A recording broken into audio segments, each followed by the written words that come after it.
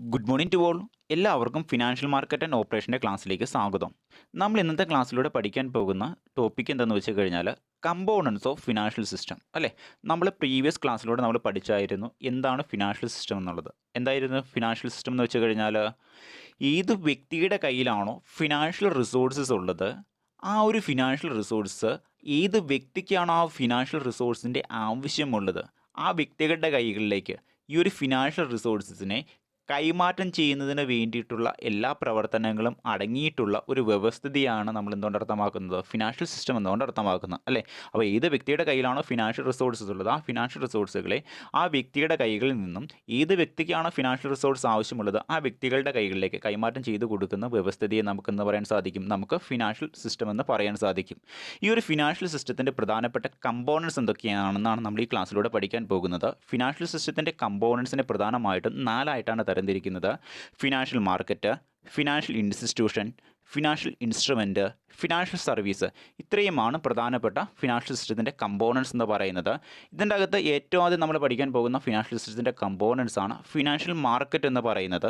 എന്താണ് financial market എന്ന് വെച്ച് കഴിഞ്ഞാൽ, ഈ financial market is an institutional arrangement mechanism that facilitate the exchange of financial asset including deposit, loans, stock, bones.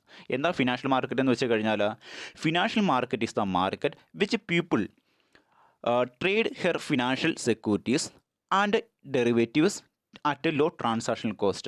എന്ന് വെച്ച് കഴിഞ്ഞാൽ ഏത് മാർക്കറ്റിൽ വെച്ചുകൊണ്ടാണോ ആളുകൾ തങ്ങളുടെ കൈകളിലുള്ള ഫിനാൻഷ്യൽ അസറ്റ് കൈമാറ്റം ചെയ്യുന്നത്, ആ ഒരു മാർക്കറ്റ് പ്ലേസിനെയാണ് നമ്മൾ എന്തുകൊണ്ട് അർത്ഥമാക്കുന്നത്, ഫിനാൻഷ്യൽ മാർക്കറ്റ് എന്നുകൊണ്ട് അർത്ഥമാക്കുന്നത്. അതായത് ഏത് മാർക്കറ്റിൽ വെച്ചുകൊണ്ടാണോ ആളുകൾ തങ്ങളുടെ കയ്യിലുള്ള ഫിനാൻഷ്യൽ അസറ്റുകൾ ക്യാഷാക്കി മാറ്റുന്നത്, ആ ഒരു മാർക്കറ്റിനെയാണ് നമ്മൾ എന്തുകൊണ്ട് അർത്ഥമാക്കുന്നത്, ഫിനാൻഷ്യൽ മാർക്കറ്റ് എന്നുകൊണ്ട് അർത്ഥമാക്കുന്നത്.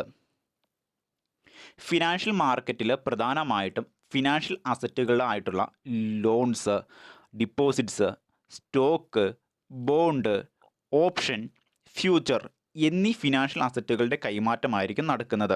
അപ്പോൾ ഈ തരത്തിലെ ഫിനാൻഷ്യൽ അസറ്റുകളുടെ കൈമാറ്റം നടക്കുന്നതിന് വേണ്ടിയിട്ടുള്ള ഒരു ഇൻസ്റ്റിറ്റ്യൂഷണൽ അറേഞ്ച്മെൻറ്റ് മെക്കാനിക്സത്തെ, അല്ലെങ്കിൽ ഫിനാൻഷ്യൽ അസറ്റുകൾ വ്യാപാരം നടത്താൻ സഹായിക്കുന്ന, വിൽക്കാൻ സഹായിക്കുന്ന ഒരു പ്ലേസിനെ നമുക്കെന്ന് പറയാൻ സാധിക്കും ഫിനാൻഷ്യൽ മാർക്കറ്റ് എന്ന് പറയാൻ സാധിക്കും. ഫിനാൻഷ്യൽ മാർക്കറ്റിനെ അതിൻ്റെ സ്വഭാവം അനുസരിച്ച് രണ്ടായിട്ടാണ് തരംതിരിക്കുന്നത്: ഓർഗനൈസ്ഡ് ഫിനാൻഷ്യൽ മാർക്കറ്റ് എന്നും അൺഓർഗനൈസ്ഡ് ഫിനാൻഷ്യൽ മാർക്കറ്റ് എന്നും. ഓർഗനൈസ്ഡ് ഫിനാൻഷ്യൽ മാർക്കറ്റ് എന്താണെന്ന് വെച്ച് കഴിഞ്ഞാൽ, ഗവൺമെൻറ് അതോറിറ്റീസ് ആയിട്ടുള്ള ഗവൺമെൻറ് റെഗുലേറ്ററി ബോഡീസിൻ്റെ നിയന്ത്രണത്തിലുള്ള അവർ ഇംപ്ലിമെൻറ്റ് ചെയ്തിരിക്കുന്ന റൂൾസ് ആൻഡ് റെഗുലേഷൻസ് അനുസരിച്ചുകൊണ്ട് ഫിനാൻഷ്യൽ അസറ്റുകളുടെ കൈമാറ്റം നടക്കുന്ന ഒരു മാർക്കറ്റിനെയാണ് നമ്മൾ ഓർഗനൈസ്ഡ് ഫിനാൻഷ്യൽ മാർക്കറ്റ് എന്നുകൊണ്ട് അർത്ഥമാക്കുന്നത്. ഓർഗനൈസ്ഡ് ഫിനാൻഷ്യൽ മാർക്കറ്റിലെ പ്രവർത്തനങ്ങൾ നിയന്ത്രിക്കുകയും കൺട്രോൾ ചെയ്യുകയും ചെയ്യുന്നത് ഗവൺമെൻറ് അതോറിറ്റീസ് ആയിട്ടുള്ള, അല്ലെങ്കിൽ ഗവൺമെൻറ് റെഗുലേറ്ററി അതോറിറ്റീസ് ആയിട്ടുള്ള reserve bank of India, securities exchange board of India, IRDA, minister of corporate affairs, minister of finance എന്നീ റെഗുലേറ്ററി അതോറിറ്റിയുടെ നിയന്ത്രണത്തിലുള്ള ഒരു മാർക്കറ്റാണ് ഓർഗനൈസ്ഡ് ഫിനാൻഷ്യൽ മാർക്കറ്റ് എന്ന് പറയുന്നത്. ഈ ഒരു ഫിനാൻഷ്യൽ മാർക്കറ്റിലെ എല്ലാ പ്രവർത്തനങ്ങളും എങ്ങനെയാണ് നടക്കേണ്ടത്, അതിന് വേണ്ടിയിട്ടുള്ള റൂൾസ് ആൻഡ് റെഗുലേഷൻസ് ഇംപ്ലിമെൻറ്റ് ചെയ്യുന്നത് ഗവൺമെൻറ് അതോറിറ്റീസ് ആയിരിക്കും. അതിനനുസരിച്ചുകൊണ്ടാണ് ഈ മാർക്കറ്റിലെ പ്രവർത്തനങ്ങൾ നടക്കുന്നതെന്ന് പരിശോധിക്കുന്നത് ആര് തന്നെയായിരിക്കും, ഈ ഗവൺമെൻറ് അതോറിറ്റീസ് ആയിരിക്കും. ഈ തരത്തിൽ ഒരു ഫോമൽ അറേഞ്ച്മെൻറ്റ് മെക്കാനിസം ഫോളോ ചെയ്യുന്ന ഒരു മാർക്കറ്റാണ് ഓർഗനൈസ്ഡ് ഫിനാൻഷ്യൽ മാർക്കറ്റ് എന്ന് പറയുന്നത്. ഈ ഒരു ഓർഗനൈസ്ഡ് ഫിനാൻഷ്യൽ മാർക്കറ്റിൽ ഫിനാൻഷ്യൽ അസറ്റുകൾ വാങ്ങുന്നതും വിൽക്കുന്നതും കൺട്രോൾ ചെയ്യുന്നത് ഗവൺമെൻറ് അതോറിറ്റീസും ആയിരിക്കും. ഇതുകൂടാതെ തന്നെ ഫിനാൻഷ്യൽ മാർക്കറ്റിന് മറ്റൊരു ക്ലാസിഫിക്കേഷൻ കൂടിയുണ്ട്, അൺഓർഗനൈസ്ഡ് ഫിനാൻഷ്യൽ മാർക്കറ്റ് എന്ന് പറയുന്നത്. അൺഓർഗനൈസ്ഡ് ഫിനാൻഷ്യൽ മാർക്കറ്റ് എന്താണെന്ന് വെച്ച് കഴിഞ്ഞാൽ, ഗവൺമെൻറ് അതോറിറ്റീസ് ആയിട്ടുള്ള reserve bank of India, SEBI, അതുപോലെ തന്നെ minister of finance, minister of corporate affairs, IRDA തുടങ്ങിയ റെഗുലേറ്ററി അതോറിറ്റീസിന് നിയന്ത്രണമില്ലാത്ത ഫിനാൻഷ്യൽ മാർക്കറ്റിൻ്റെ ഭാഗത്തെയാണ് നമ്മൾ അൺഓർഗനൈസ്ഡ് മാർക്കറ്റ് പ്ലേസ് എന്നുകൊണ്ട് നമ്മൾ അർത്ഥമാക്കുന്നത്. ഗവൺമെൻറ് അതോറിറ്റീസ് ഇംപ്ലിമെൻറ്റ് ചെയ്തിരിക്കുന്ന റൂൾസ് ആൻഡ് റെഗുലേഷൻസ് അനുസരിച്ചുകൊണ്ടോ അല്ല എങ്കിൽ നിയമങ്ങൾക്കനുസരിച്ചുകൊണ്ടോ മാർഗ്ഗനിർദ്ദേശങ്ങൾക്കനുസരിച്ചുകൊണ്ടോ ഗൈഡ്ലൈൻസ് അനുസരിച്ചുകൊണ്ടോ ആയിരിക്കുകയില്ല ഈ ഒരു അൺഓർഗനൈസ്ഡ് ഫിനാൻഷ്യൽ മാർക്കറ്റിൽ ഫിനാൻഷ്യൽ അസറ്റുകൾ വാങ്ങുകയും വിൽക്കുകയും ചെയ്യുന്നത്. അതുകൊണ്ട് തന്നെ ഇവിടെ ഉള്ളത് ഒരു അൺഇൻഫോർമൽ അറേഞ്ച്മെൻറ്റ് മെക്കാനിസം ആയിരിക്കും ഉണ്ടാവുക. കാരണം ഗവൺമെൻറ് ഇംപ്ലിമെൻറ്റ് ചെയ്യുന്ന റൂൾസ് ആൻഡ് റെഗുലേഷൻസ് അനുസരിച്ചുകൊണ്ടല്ല ഈ ഒരു മാർക്കറ്റിലെ ഫിനാൻഷ്യൽ അസറ്റുകളുടെ കൈമാറ്റം നടക്കുന്നത് അല്ലെങ്കിൽ വ്യാപാരം നടക്കുന്നത്. അതുകൊണ്ട് തന്നെ ഇവിടെ ഒരു ഓർഗനൈസ്ഡ് ആയിട്ടുള്ള ഒരു പ്രൊസീജിയേഴ്സ് ഒരിക്കലും എവിടെ ഫോളോ ചെയ്യുന്നില്ല, ഈ അൺഓർഗനൈസ്ഡ് ഫിനാൻഷ്യൽ മാർക്കറ്റിൽ ഫോളോ ചെയ്യുന്നില്ല. പ്രധാനമായിട്ടും ഇൻഡിവിജ്വൽസും അതുപോലെ തന്നെ പ്രൈവറ്റ് ഫേമുകൾ, ഇൻഡിജീനിയസ് ബാങ്ക്സ് മുതലായിട്ടുള്ള ആളുകളായിരിക്കും ഈ അൺഓർഗനൈസ്ഡ് ഫിനാൻഷ്യൽ മാർക്കറ്റിനെ മാനേജ് ചെയ്യുന്നത്. അൺഓർഗനൈസ്ഡ് ഫിനാൻഷ്യൽ മാർക്കറ്റിൻ്റെ പ്രവർത്തനം ഏറ്റവും കൂടുതലുള്ളത് റൂറൽ ഏരിയാസിലും വില്ലേജ് ഏരിയാസിലുമായിരിക്കും ഈ അൺഓർഗനൈസ്ഡ് ഫിനാൻഷ്യൽ മാർക്കറ്റിൻ്റെ പ്രവർത്തനം ഏറ്റവും കൂടുതൽ ഉണ്ടാവുക.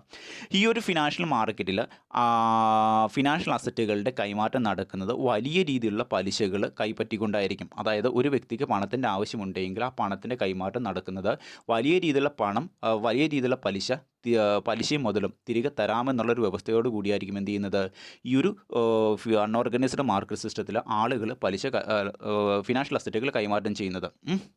ഇപ്പോൾ ഏതെങ്കിലും വ്യക്തിക്ക് പണത്തിൻ്റെ ആവശ്യമുണ്ടെങ്കിൽ ആ വ്യക്തിക്ക് വായ്പ കൊടുക്കും. ആ വായ്പ കൊടുക്കുന്നത് നിശ്ചിത കാലഘട്ടം കൂടുമ്പോൾ മുതലും പലിശയും അടക്കം വായ്പ വാങ്ങിയേക്കുന്ന വ്യക്തി വലിയൊരു തുക ആരാണോ വായ്പ നൽകിയേക്കുന്നത് ആ വ്യക്തിക്ക് തിരിച്ചു കൊടുക്കാൻ ബാധ്യതയുണ്ടാകും.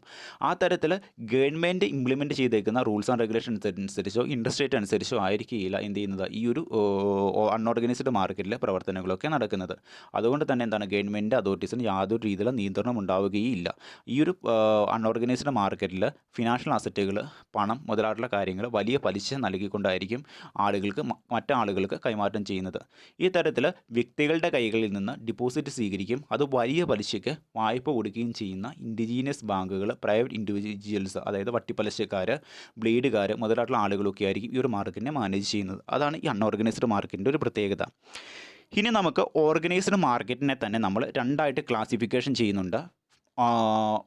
ഓർഗനൈസ്ഡ് മാർക്കറ്റിനെ തന്നെ നമ്മൾ രണ്ടായിട്ട് ക്ലാസിഫിക്കേഷൻ ചെയ്യുന്നുണ്ട്, മണി മാർക്കറ്റ് എന്നും ക്യാപിറ്റൽ മാർക്കറ്റ് എന്നും. എന്താണ് മണി മാർക്കറ്റ് എന്ന് വെച്ച് കഴിഞ്ഞാൽ, മണി മാർക്കറ്റ് എന്ന് പറയുന്നത് ഫിനാൻഷ്യൽ മാർക്കറ്റിൻ്റെ ഒരു ഭാഗം തന്നെയാണ്. ക്യാഷിന് തുല്യമായിട്ടുള്ള ഫിനാൻഷ്യൽ ഇൻസ്ട്രുമെൻറ്റ്സോ വാങ്ങുകയും വിൽക്കുകയും ചെയ്യുന്ന സബ് മാർക്കറ്റുകളുടെ കൂട്ടത്തെയാണ് നമ്മൾ മണി മാർക്കറ്റ് എന്നുകൊണ്ട് അർത്ഥമാക്കുന്നത്. അതായത് ക്യാഷോ അല്ല എങ്കിൽ ക്യാഷിന് തുല്യമായ വസ്തുക്കൾ എന്ന് വെച്ച് കഴിഞ്ഞാൽ പെട്ടെന്ന് ക്യാഷാക്കി മാറ്റാൻ പറ്റുന്ന തരത്തിലുള്ള ഫിനാൻഷ്യൽ അസറ്റുകൾ, അവ വാങ്ങുകയും വിൽക്കുകയും ചെയ്യുന്നതിന് വേണ്ടിയിട്ടുള്ള ഒരു മാർക്കറ്റിനെയാണ് നമ്മൾ എന്തുകൊണ്ട് അർത്ഥമാക്കുന്നത്, നമ്മൾ മണി മാർക്കറ്റ് എന്നുകൊണ്ട് അർത്ഥമാക്കുന്നത്. ക്യാഷിന് തുല്യമായിട്ടുള്ള മറ്റ് ഫിനാൻഷ്യൽ അസറ്റുകളോ പെട്ടെന്ന് ക്യാഷാക്കി മാറ്റാൻ പറ്റുന്ന തരത്തിലുള്ള ഫിനാൻഷ്യൽ അസറ്റുകളോ വാങ്ങുകയും വിൽക്കുകയും ചെയ്യുന്ന മാർക്കറ്റിനെയാണ് നമ്മൾ മണി മാർക്കറ്റ് എന്നുകൊണ്ട് അർത്ഥമാക്കുന്നത്. ഷോർട്ട് ടൈം നേച്ചറിലുള്ള ഫിനാൻഷ്യൽ ഇൻസ്ട്രുമെൻ്റ് ആയിരിക്കും ഈ ഒരു മണി മാർക്കറ്റിൽ വാങ്ങുകയും വിൽക്കുകയും ചെയ്യുന്നത്. മണി മാർക്കറ്റിൽ വിൽക്കുന്ന ഫിനാൻഷ്യൽ ഇൻസ്ട്രുമെൻറ്റ്സിന് ഒരു കൊല്ലത്തിൽ താഴെ മാത്രം എന്ത് ചെയ്താൽ മതി, ഇൻവെസ്റ്റേഴ്സ് ഹോൾഡ് ചെയ്ത് വെച്ചാൽ മതി. അതായത് മണി മാർക്കറ്റിൽ വാങ്ങുകയും വിൽക്കുകയും ചെയ്യുന്നത് പെട്ടെന്ന് ക്യാഷാക്കി മാറ്റാൻ പറ്റുന്ന ഷോർട്ട് ടൈം നേച്ചറുള്ള ഫിനാൻഷ്യൽ അസറ്റുകളായിരിക്കും. അതുകൊണ്ട് തന്നെ ഈ ഒരു അസറ്റുകൾ വാങ്ങുന്ന ആളുകൾക്ക്, ഈ തരത്തിലുള്ള അസറ്റുകൾ വാങ്ങുന്ന ആളുകൾക്ക് ആ അസറ്റ് ഒരു കൊല്ലത്തിൽ താഴെ മാത്രം എന്ത് ചെയ്താൽ മതി, അവർ കൈവശം വെച്ചാൽ മതി. ഒരു കൊല്ലത്തിനുള്ളിൽ തന്നെ അവർക്ക് എന്ത് ചെയ്യാൻ പറ്റും, അവർക്ക് അവർക്ക് വിറ്റിട്ട് പെട്ടെന്ന് ക്യാഷാക്കി മാറ്റുവാനും പറ്റും. ആ തരത്തിൽ ഷോർട്ട് ടൈം മച്യൂരിറ്റി പീരീഡിലുള്ള ഫിനാൻഷ്യൽ അസറ്റുകളായിരിക്കും ഈ ഒരു മണി മാർക്കറ്റിൽ വാങ്ങുകയും വിൽക്കുകയും ചെയ്യുന്നത്. ഓക്കെ, അപ്പോൾ മണി മാർക്കറ്റിൽ വിൽക്കുന്ന ഫിനാൻഷ്യൽ ഇൻസ്ട്രുമെൻറ്റ്സ് ഒരു കൊല്ലത്തിൽ താഴെ ഇൻവെസ്റ്റേഴ്സ് ഹോൾഡ് ചെയ്ത് വെച്ചാൽ മതിയായി. അത് പെട്ടെന്ന് തന്നെ നമുക്ക് എന്ത് ചെയ്യാൻ പറ്റും, മറ്റൊരാൾക്ക് വിറ്റ് ക്യാഷാക്കി മാറ്റാൻ പറ്റും. ആ തരത്തിൽ ഹൈലി ലിക്വിഡിറ്റി ഉള്ള ഫിനാൻഷ്യൽ ഇൻസ്ട്രുമെൻറ്റുകളാണ് എവിടെ വാങ്ങുകയും വിൽക്കുകയും ചെയ്യുന്നത്, നമ്മുടെ മണി മാർക്കറ്റിൽ വാങ്ങുകയും വിൽക്കുകയും ചെയ്യുന്നത്. അതുകൊണ്ട് ഈ തരത്തിൽ പെട്ടെന്ന് ക്യാഷാക്കി മാറ്റാൻ പറ്റുന്ന തരത്തിലുള്ള ഫിനാൻഷ്യൽ അസറ്റുകളുടെ വാങ്ങലും വിൽപ്പനയും നടക്കുന്ന മാർക്കറ്റ് ആയതുകൊണ്ട് തന്നെ ഈ തരത്തിൽ മണി മാർക്കറ്റിൽ വാങ്ങുകയും വിൽക്കുകയും ചെയ്യുന്ന ഫിനാൻഷ്യൽ ഇൻസ്ട്രുമെൻറ്റുകളെ നമുക്കെന്ന് പറയാൻ സാധിക്കും, നമുക്ക് നിയർ മണി അസറ്റ് എന്ന് പറയാൻ സാധിക്കും. ഇനി ഈ തരത്തിൽ മണി മാർക്കറ്റിൽ വാങ്ങുകയും വിൽക്കുകയും ചെയ്യുന്ന ഫിനാൻഷ്യൽ ഇൻസ്ട്രുമെൻറ്റുകൾക്ക് ഉദാഹരണങ്ങളാണ് call money, treasury bill of exchange തുടങ്ങിയ ഷോർട്ട് ടൈം ഫിനാൻഷ്യൽ ഇൻസ്ട്രുമെൻറ്റുകൾ മണി മാർക്കറ്റിൽ വാങ്ങുകയും വിൽക്കുകയും ചെയ്യുന്ന ഫിനാൻഷ്യൽ ഇൻസ്ട്രുമെൻറ്റുകളാണ്. ഈ മണി മാർക്കറ്റിൽ വാങ്ങുകയും വിൽക്കുകയും ചെയ്യുന്ന ഫിനാൻഷ്യൽ ഇൻസ്ട്രുമെൻറ്റുകളുടെ പ്രത്യേകത എന്തെന്ന് വെച്ച് കഴിഞ്ഞാൽ ഇത് ഷോർട്ട് ടൈം നേച്ചറുള്ളതായിരിക്കും, പെട്ടെന്ന് ക്യാഷാക്കി മാറ്റാൻ പറ്റുന്ന തരത്തിലുള്ള ഫിനാൻഷ്യൽ അസറ്റുകളായിരിക്കും. അതുപോലെ തന്നെ ഈ തരത്തിലുള്ള ഫിനാൻഷ്യൽ ഇൻസ്ട്രുമെൻറ്റുകളിൽ പൈസ ഡെപ്പോസിറ്റ് ചെയ്യുന്ന ആളുകൾക്ക് അവർക്ക് പണത്തിന് ആവശ്യം വരുമ്പോൾ തന്നെ പെട്ടെന്ന് എന്ത് ചെയ്യാൻ പറ്റും, ആ അസറ്റ് മറ്റൊരു വ്യക്തിക്ക് വിറ്റുകൊണ്ട് അവർ നിക്ഷേപിച്ചേക്കുന്ന പൈസ എത്ര രൂപയാണ് അവർക്കത് പെട്ടെന്ന് ക്യാഷാക്കി എടുക്കാൻ പറ്റും. അതുകൂടാതെ തന്നെ എന്താണ്, ഹൈലി ലിക്വിഡിറ്റി ഉള്ള ഫിനാൻഷ്യൽ ഇൻസ്ട്രുമെൻറ്റുകളായിരിക്കും എവിടെ വിൽക്കപ്പെടുന്നത്, മണി മാർക്കറ്റിൽ വിൽക്കപ്പെടുന്നത്. അതുകൊണ്ട് തന്നെ ആ ഒരു ഫിനാൻഷ്യൽ ഇൻസ്ട്രുമെൻറ്റുകളെ നമുക്ക് നിയർ മണി അസറ്റ് എന്ന് പറയാൻ സാധിക്കും. ഇത്രയുമാണ് മണി മാർക്കറ്റിൻ്റെ പ്രത്യേകത എന്ന് പറയുന്നത്. ഇനി അടുത്തൊരു മാർക്കറ്റാണ് ക്യാപിറ്റൽ മാർക്കറ്റ് എന്ന് പറയുന്നത്. ഇനി അടുത്തതാണ് ക്യാപിറ്റൽ മാർക്കറ്റ്. ക്യാപിറ്റൽ മാർക്കറ്റ് എന്ന് പറയുന്നതും നമ്മുടെ ഫിനാൻഷ്യൽ മാർക്കറ്റിൻ്റെ ഒരു ഭാഗം തന്നെയാണ്. ക്യാപിറ്റൽ മാർക്കറ്റിൽ ലോങ് ടൈം നേച്ചറിലുള്ള സെക്യൂരിറ്റീസ് ആയിരിക്കും വാങ്ങുകയും വിൽക്കുകയും ചെയ്യുന്നത്. അതായത് 1 ഇയറിൽ കൂടുതലുള്ള സെക്യൂരിറ്റീസ് ആയിരിക്കും ക്യാപിറ്റൽ മാർക്കറ്റിൽ വാങ്ങുകയും വിൽക്കുകയും ചെയ്യുന്നത്. അതായത് 1 ഇയറിൽ കൂടുതലുള്ള 1 ഇയറിൽ കൂടുതൽ ഈ സെക്യൂരിറ്റീസ് ഇൻവെസ്റ്റേഴ്സുള്ള ആളുകൾ ഹോൾഡ് ചെയ്ത് വെച്ച് കഴിഞ്ഞാൽ മാത്രമേ, കൈവശം വെച്ച് കഴിഞ്ഞാൽ മാത്രമേ ഈ സെക്യൂരിറ്റീസ് ക്യാഷാക്കി മാറ്റാൻ അവർക്ക് സാധിക്കുകയുള്ളൂ. അതായത് ഈ ഒരു ഫിനാൻഷ്യൽ സെക്യൂരിറ്റീസിൻ്റെ മച്യൂരിറ്റി കാലഘട്ടം എന്ന് പറയുന്നത് 1 കൊല്ലത്തിന് മുകളിലായിരിക്കും ഈ ഒരു ഫിനാൻഷ്യൽ ഇൻസ്ട്രുമെൻസിൻ്റെ മച്യൂരിറ്റി കാലഘട്ടം എന്ന് പറയുന്നത്. അതുകൊണ്ട് തന്നെ ഈ സെക്യൂരിറ്റീസിൽ ഈ തരത്തിൽ ക്യാപിറ്റൽ മാർക്കറ്റിൽ വാങ്ങുകയും വിൽക്കുകയും ചെയ്യുന്ന ഫിനാൻഷ്യൽ ഇൻസ്ട്രുമെൻസിൽ ഇൻവെസ്റ്റ് ചെയ്തിരിക്കുന്ന ആൾക്ക് ആ സെക്യൂരിറ്റി 1 കൊല്ലം കൈവശം അയാൾ വെക്കണം. അതിനുശേഷം മാത്രമേ എന്ത് ചെയ്യാൻ പറ്റുള്ളൂ, ആ സെക്യൂരിറ്റീസ് അയാൾക്ക് എന്താക്കി മാറ്റാൻ പറ്റുള്ളൂ, കാശാക്കി മാറ്റാൻ പറ്റുകയുള്ളൂ. ആ തരത്തിൽ ലോങ് ടൈം നേച്ചറുള്ള ഫിനാൻഷ്യൽ ലോങ് ടൈമിലേക്ക് ഇൻവെസ്റ്റ്മെൻറ്റ് നടത്താൻ ആഗ്രഹിക്കുന്ന ആളുകൾ വാങ്ങുന്ന ഫിനാൻഷ്യൽ ഇൻസ്ട്രുമെൻറ്റ്സ് ലോങ് ടൈമിലേക്ക് ഇൻവെസ്റ്റ്മെൻറ്റ് നടത്താൻ ആഗ്രഹിക്കുന്ന ആളുകൾ അവർ വാങ്ങുകയും വിൽക്കുകയും ചെയ്യുന്ന ഫിനാൻഷ്യൽ ഇൻസ്ട്രുമെൻറ്റ് വാങ്ങുകയും വിൽക്കുകയും ചെയ്യുന്ന ഒരു മാർക്കറ്റിനെ വിളിക്കുന്ന പേരാണ് എന്തെന്ന് പറയുന്നത്, ക്യാപിറ്റൽ മാർക്കറ്റ് എന്ന് പറയുന്നത്. ഇനി ക്യാപിറ്റൽ മാർക്കറ്റിൽ ഡീൽ ചെയ്യുന്ന സെക്യൂരിറ്റീസ് ഏതൊക്കെയാണെന്ന് വെച്ച് കഴിഞ്ഞാൽ ഷെയറുകൾ, ബോണ്ടുകൾ, ഡിബഞ്ചറുകൾ, ഇക്വിറ്റി ഷെയറുകൾ മുതലായിട്ടുള്ള ഫിനാൻഷ്യൽ ഇൻസ്ട്രുമെൻറ്റ്സുകളാണ്, ലോങ് ടൈം നേച്ചറിലുള്ള ഫിനാൻഷ്യൽ ഇൻസ്ട്രുമെൻറ്റ്സുകളാണ് ക്യാപിറ്റൽ മാർക്കറ്റിൽ വാങ്ങുകയും വിൽക്കുകയും ചെയ്യുന്നത്. അപ്പോൾ ഏത് വ്യക്തിയാണ് ലോങ് ടൈമിലേക്ക് തങ്ങളുടെ ഇൻവെസ്റ്റ്മെൻറ്റ് ലോങ് ടൈമിലേക്ക് ഡിപ്പോസിറ്റ് ചെയ്യാൻ ആഗ്രഹിക്കുന്നത്, ആ തരത്തിലുള്ള ആളുകൾ ഈ ക്യാപിറ്റൽ മാർക്കറ്റിൽ വാങ്ങുകയും വിൽക്കുകയും ചെയ്യുന്ന ഈ തരത്തിലുള്ള ഫിനാൻഷ്യൽ ഇൻസ്ട്രുമെൻറ്റുകളിലായിരിക്കും വാങ്ങി മൂലധന നിക്ഷേപം നടത്തുന്നത്, അല്ലെങ്കിൽ അവരുടെ സേവിങ്സ് ഇൻവെസ്റ്റ് ചെയ്യുന്നത്. ആ തരത്തിൽ ഉള്ള ഒരു ലോങ് ടൈം നേച്ചറുള്ള ഫിനാൻഷ്യൽ ഇൻസ്ട്രുമെൻറ്റ്സ് വാങ്ങുകയും വിൽക്കുകയും ചെയ്യുന്ന ഒരു മാർക്കറ്റാണ് ക്യാപിറ്റൽ മാർക്കറ്റ് എന്ന് പറയുന്നത്. ഇനി ക്യാപിറ്റൽ മാർക്കറ്റിൽ ഒരു വ്യക്തി ക്യാഷ് ഇൻവെസ്റ്റ് ചെയ്ത് കഴിഞ്ഞാൽ അയാൾ എന്ത് ചെയ്യേണ്ടി വരും, അയാൾ 1 കൊല്ലത്തോളം ആ ഒരു സെക്യൂരിറ്റീസ് അയാളുടെ കൈവശം കയ്യിൽ വെക്കേണ്ടതായിട്ട് വരും. 1 കൊല്ലം കഴിയുമ്പോൾ അദ്ദേഹത്തിന് അതിൻ്റെ മച്യൂരിറ്റി പീരീഡ് എന്നാണോ അന്ന് അദ്ദേഹത്തിന് എന്ത് ചെയ്യാൻ പറ്റും, ആ സെക്യൂരിറ്റീസ് മറ്റൊരാൾക്ക് കൈമാറ്റം ചെയ്തുകൊണ്ട് അയാൾ ഇൻവെസ്റ്റ് ചെയ്തേക്കുന്ന പൈസയും അതിൻ്റെ ഇൻട്രസ്റ്റ് എമൗണ്ടും അദ്ദേഹത്തിന് ക്യാഷായിട്ട് അദ്ദേഹത്തിന് കൈകളിൽ ലഭിക്കും. ഇനി ക്യാപിറ്റൽ മാർക്കറ്റിൻ്റെ സ്വഭാവം അനുസരിച്ചുകൊണ്ട് ക്യാപിറ്റൽ മാർക്കറ്റിൽ വാങ്ങുകയും വിൽക്കുകയും ചെയ്യുന്ന ഫിനാൻഷ്യൽ ഇൻസ്ട്രുമെൻസിൻ്റെ സ്വഭാവം അനുസരിച്ചുകൊണ്ട് അല്ലെങ്കിൽ ക്യാപിറ്റൽ മാർക്കറ്റിൽ വാങ്ങുകയും വിൽക്കുകയും ചെയ്യുന്ന സെക്യൂരിറ്റീസിൻ്റെ സ്വഭാവം അനുസരിച്ചുകൊണ്ട് അതിനെ 2ആയിട്ട് തരംതിരിക്കുന്നുണ്ട്. ഇൻഡസ്ട്രിയൽ സെക്യൂരിറ്റീസ് മാർക്കറ്റ് എന്നും അതുപോലെ തന്നെ ഗവൺമെൻറ് സെക്യൂരിറ്റീസ് മാർക്കറ്റ് എന്നും. ഇൻഡസ്ട്രിയൽ സെക്യൂരിറ്റീസ് മാർക്കറ്റ് എന്നും ഗവൺമെൻറ് സെക്യൂരിറ്റീസ് മാർക്കറ്റ് എന്നും. എന്താണ് ഇൻഡസ്ട്രിയൽ സെക്യൂരിറ്റീസ് മാർക്കറ്റ് എന്ന് വെച്ച് കഴിഞ്ഞാൽ സ്വകാര്യ വ്യക്തികളുടെ കമ്പനികളുടെ ഉടമസ്ഥാവകാശത്തെ സൂചിപ്പിക്കുന്ന ഷെയറുകൾ, ബോണ്ടുകൾ, ഡിബഞ്ചറുകൾ എന്നിവ വാങ്ങുകയും വിൽക്കുകയും ചെയ്യുന്ന എന്നീ രീതിയിലുള്ള ഫിനാൻഷ്യൽ ഇൻസ്ട്രുമെൻറ്റ്സ് വാങ്ങുകയും വിൽക്കുകയും ചെയ്യുന്ന മാർക്കറ്റിനെയാണ് നമ്മൾ എന്തുകൊണ്ട് അർത്ഥമാക്കുന്നത്, ഇൻഡസ്ട്രിയൽ സെക്യൂരിറ്റീസ് മാർക്കറ്റ് എന്നുകൊണ്ട് അർത്ഥമാക്കുന്നത്. അതായത് ഏതെങ്കിലും വ്യക്തി സ്വകാര്യ വ്യക്തികളുടെ ഉടമസ്ഥതയുള്ള കമ്പനികളുടെ ഷെയറുകളോ സെക്യൂരിറ്റികളോ ഡിബഞ്ചറുകളോ വാങ്ങാൻ ആഗ്രഹിക്കുന്നുണ്ടെങ്കിൽ അവർ സെക്യൂരിറ്റികൾ വാങ്ങാൻ വേണ്ടി എത്തുന്ന മാർക്കറ്റിനെയാണ് ആ തരത്തിൽ സ്വകാര്യ വ്യക്തികളുടെ ഉടമസ്ഥതയുള്ള സെക്യൂരിറ്റീസ് വാങ്ങാൻ എത്തുന്ന മാർക്കറ്റിനെയാണ് നമ്മൾ എന്തുകൊണ്ട് അർത്ഥമാക്കുന്നത്, ഇൻഡസ്ട്രിയൽ സെക്യൂരിറ്റീസ് മാർക്കറ്റ് എന്നുകൊണ്ട് അർത്ഥമാക്കുന്നത്.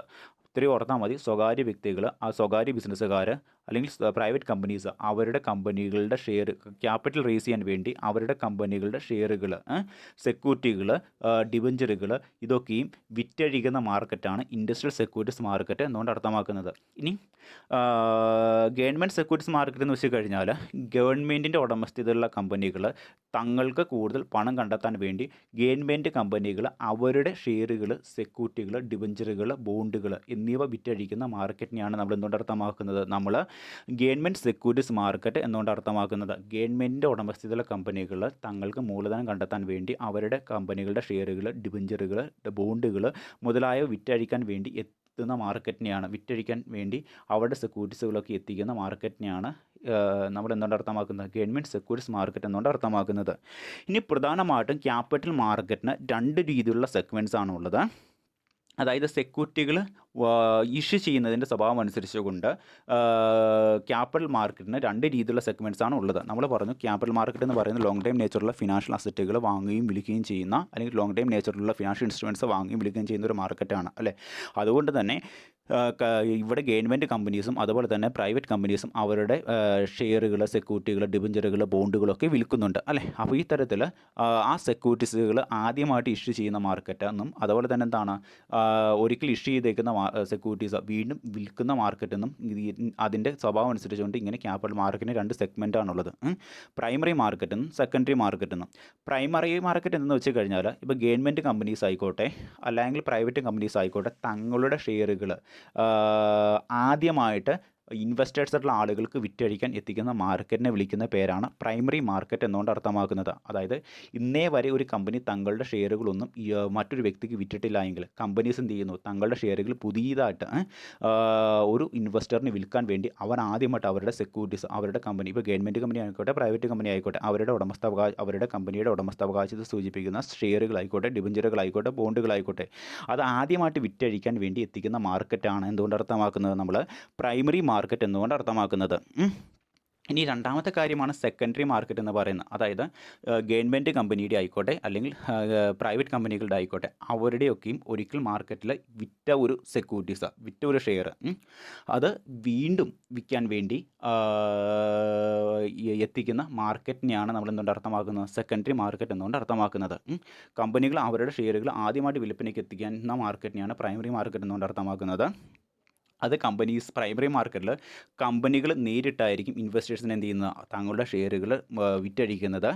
ഇനി ഒരിക്കൽ കമ്പനീസ് ഒരു ഇൻവെസ്റ്ററിന് വിറ്റേക്കുന്ന സെക്യൂരിറ്റീസ് ആ ഇൻവെസ്റ്റർ എന്ത് ചെയ്യുന്നു, മറ്റൊരാൾക്ക് മറച്ചു വിൽക്കാൻ വേണ്ടിയാണ് ആഗ്രഹിക്കുന്നതെങ്കിൽ അദ്ദേഹം വീണ്ടും ആ സെക്യൂരിറ്റീസ് വിൽക്കാൻ വേണ്ടി അദ്ദേഹം എത്തുന്ന മാർക്കറ്റായിരിക്കും സെക്കൻഡറി മാർക്കറ്റ് എന്നുകൊണ്ട് അർത്ഥമാക്കുന്നത്. ഒരു കമ്പനിയുടെ സെക്യൂരിറ്റി ഒരിക്കൽ ട്രേഡ് ചെയ്യപ്പെട്ടു, ആ ട്രേഡ് ചെയ്യപ്പെട്ടേക്കുന്ന സെക്യൂരിറ്റി വീണ്ടും വിൽക്കാൻ വേണ്ടി മറ്റുള്ള ഒരു ഇൻവെസ്റ്ററിൻ്റെ കൈകളിലേക്ക് വിൽക്കാൻ വേണ്ടി എത്തുന്ന മാർക്കറ്റിനെയാണ് നമ്മൾ എന്തുകൊണ്ട് അർത്ഥമാക്കുന്നത് സെക്കൻഡറി മാർക്കറ്റ് എന്നുകൊണ്ട് അർത്ഥമാക്കുന്നത്. അതാണ് പറഞ്ഞിരിക്കുന്നത് ഒരിക്കൽ ഇഷ്യൂ ചെയ്തേക്കുന്ന സെക്യൂരിറ്റി വീണ്ടും ട്രേഡ് ചെയ്യാൻ വേണ്ടി ഇൻവെസ്റ്റേഴ്സിന് വിൽക്കാൻ വേണ്ടി എത്തിക്കുന്ന മാർക്കറ്റാണ് സെക്കൻഡറി മാർക്കറ്റ് എന്നുകൊണ്ട് അർത്ഥമാക്കുന്നത്.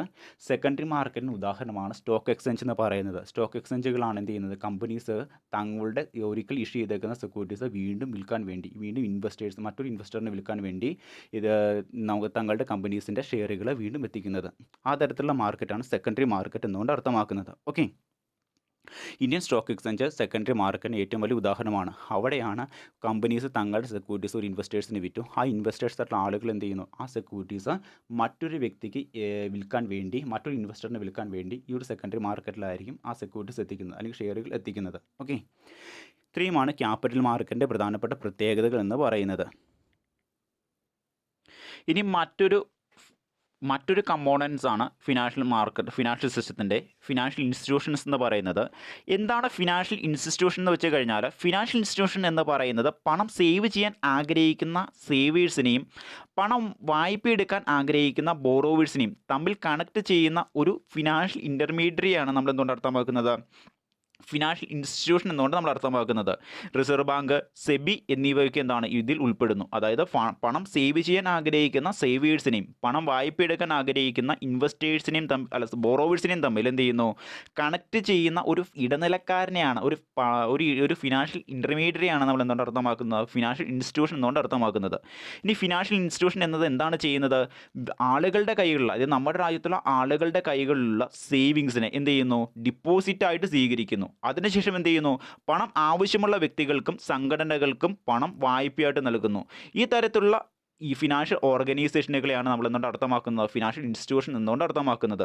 ഡിപ്പോസിറ്റ് സ്വീകരിക്കുക, ഇൻവെസ്റ്റ്മെൻറ്റ് സ്വീകരിക്കുക, ലോൺ സ്വീകരിക്കുക, കറൻസി എക്സ്ചേഞ്ച് തുടങ്ങിയിട്ടുള്ള monetary and non monetary financial ട്രാൻസാക്ഷൻസും ബിസിനസ് ഡീലിംഗ് മുതലായിട്ടുള്ള കാര്യങ്ങളൊക്കെ ചെയ്യുന്ന ബിസിനസ് ഓർഗനൈസേഷനുകളും ഫിനാൻഷ്യൽ ഇൻസ്റ്റിറ്റ്യൂഷൻസിന് ഉദാഹരണങ്ങളാണ്.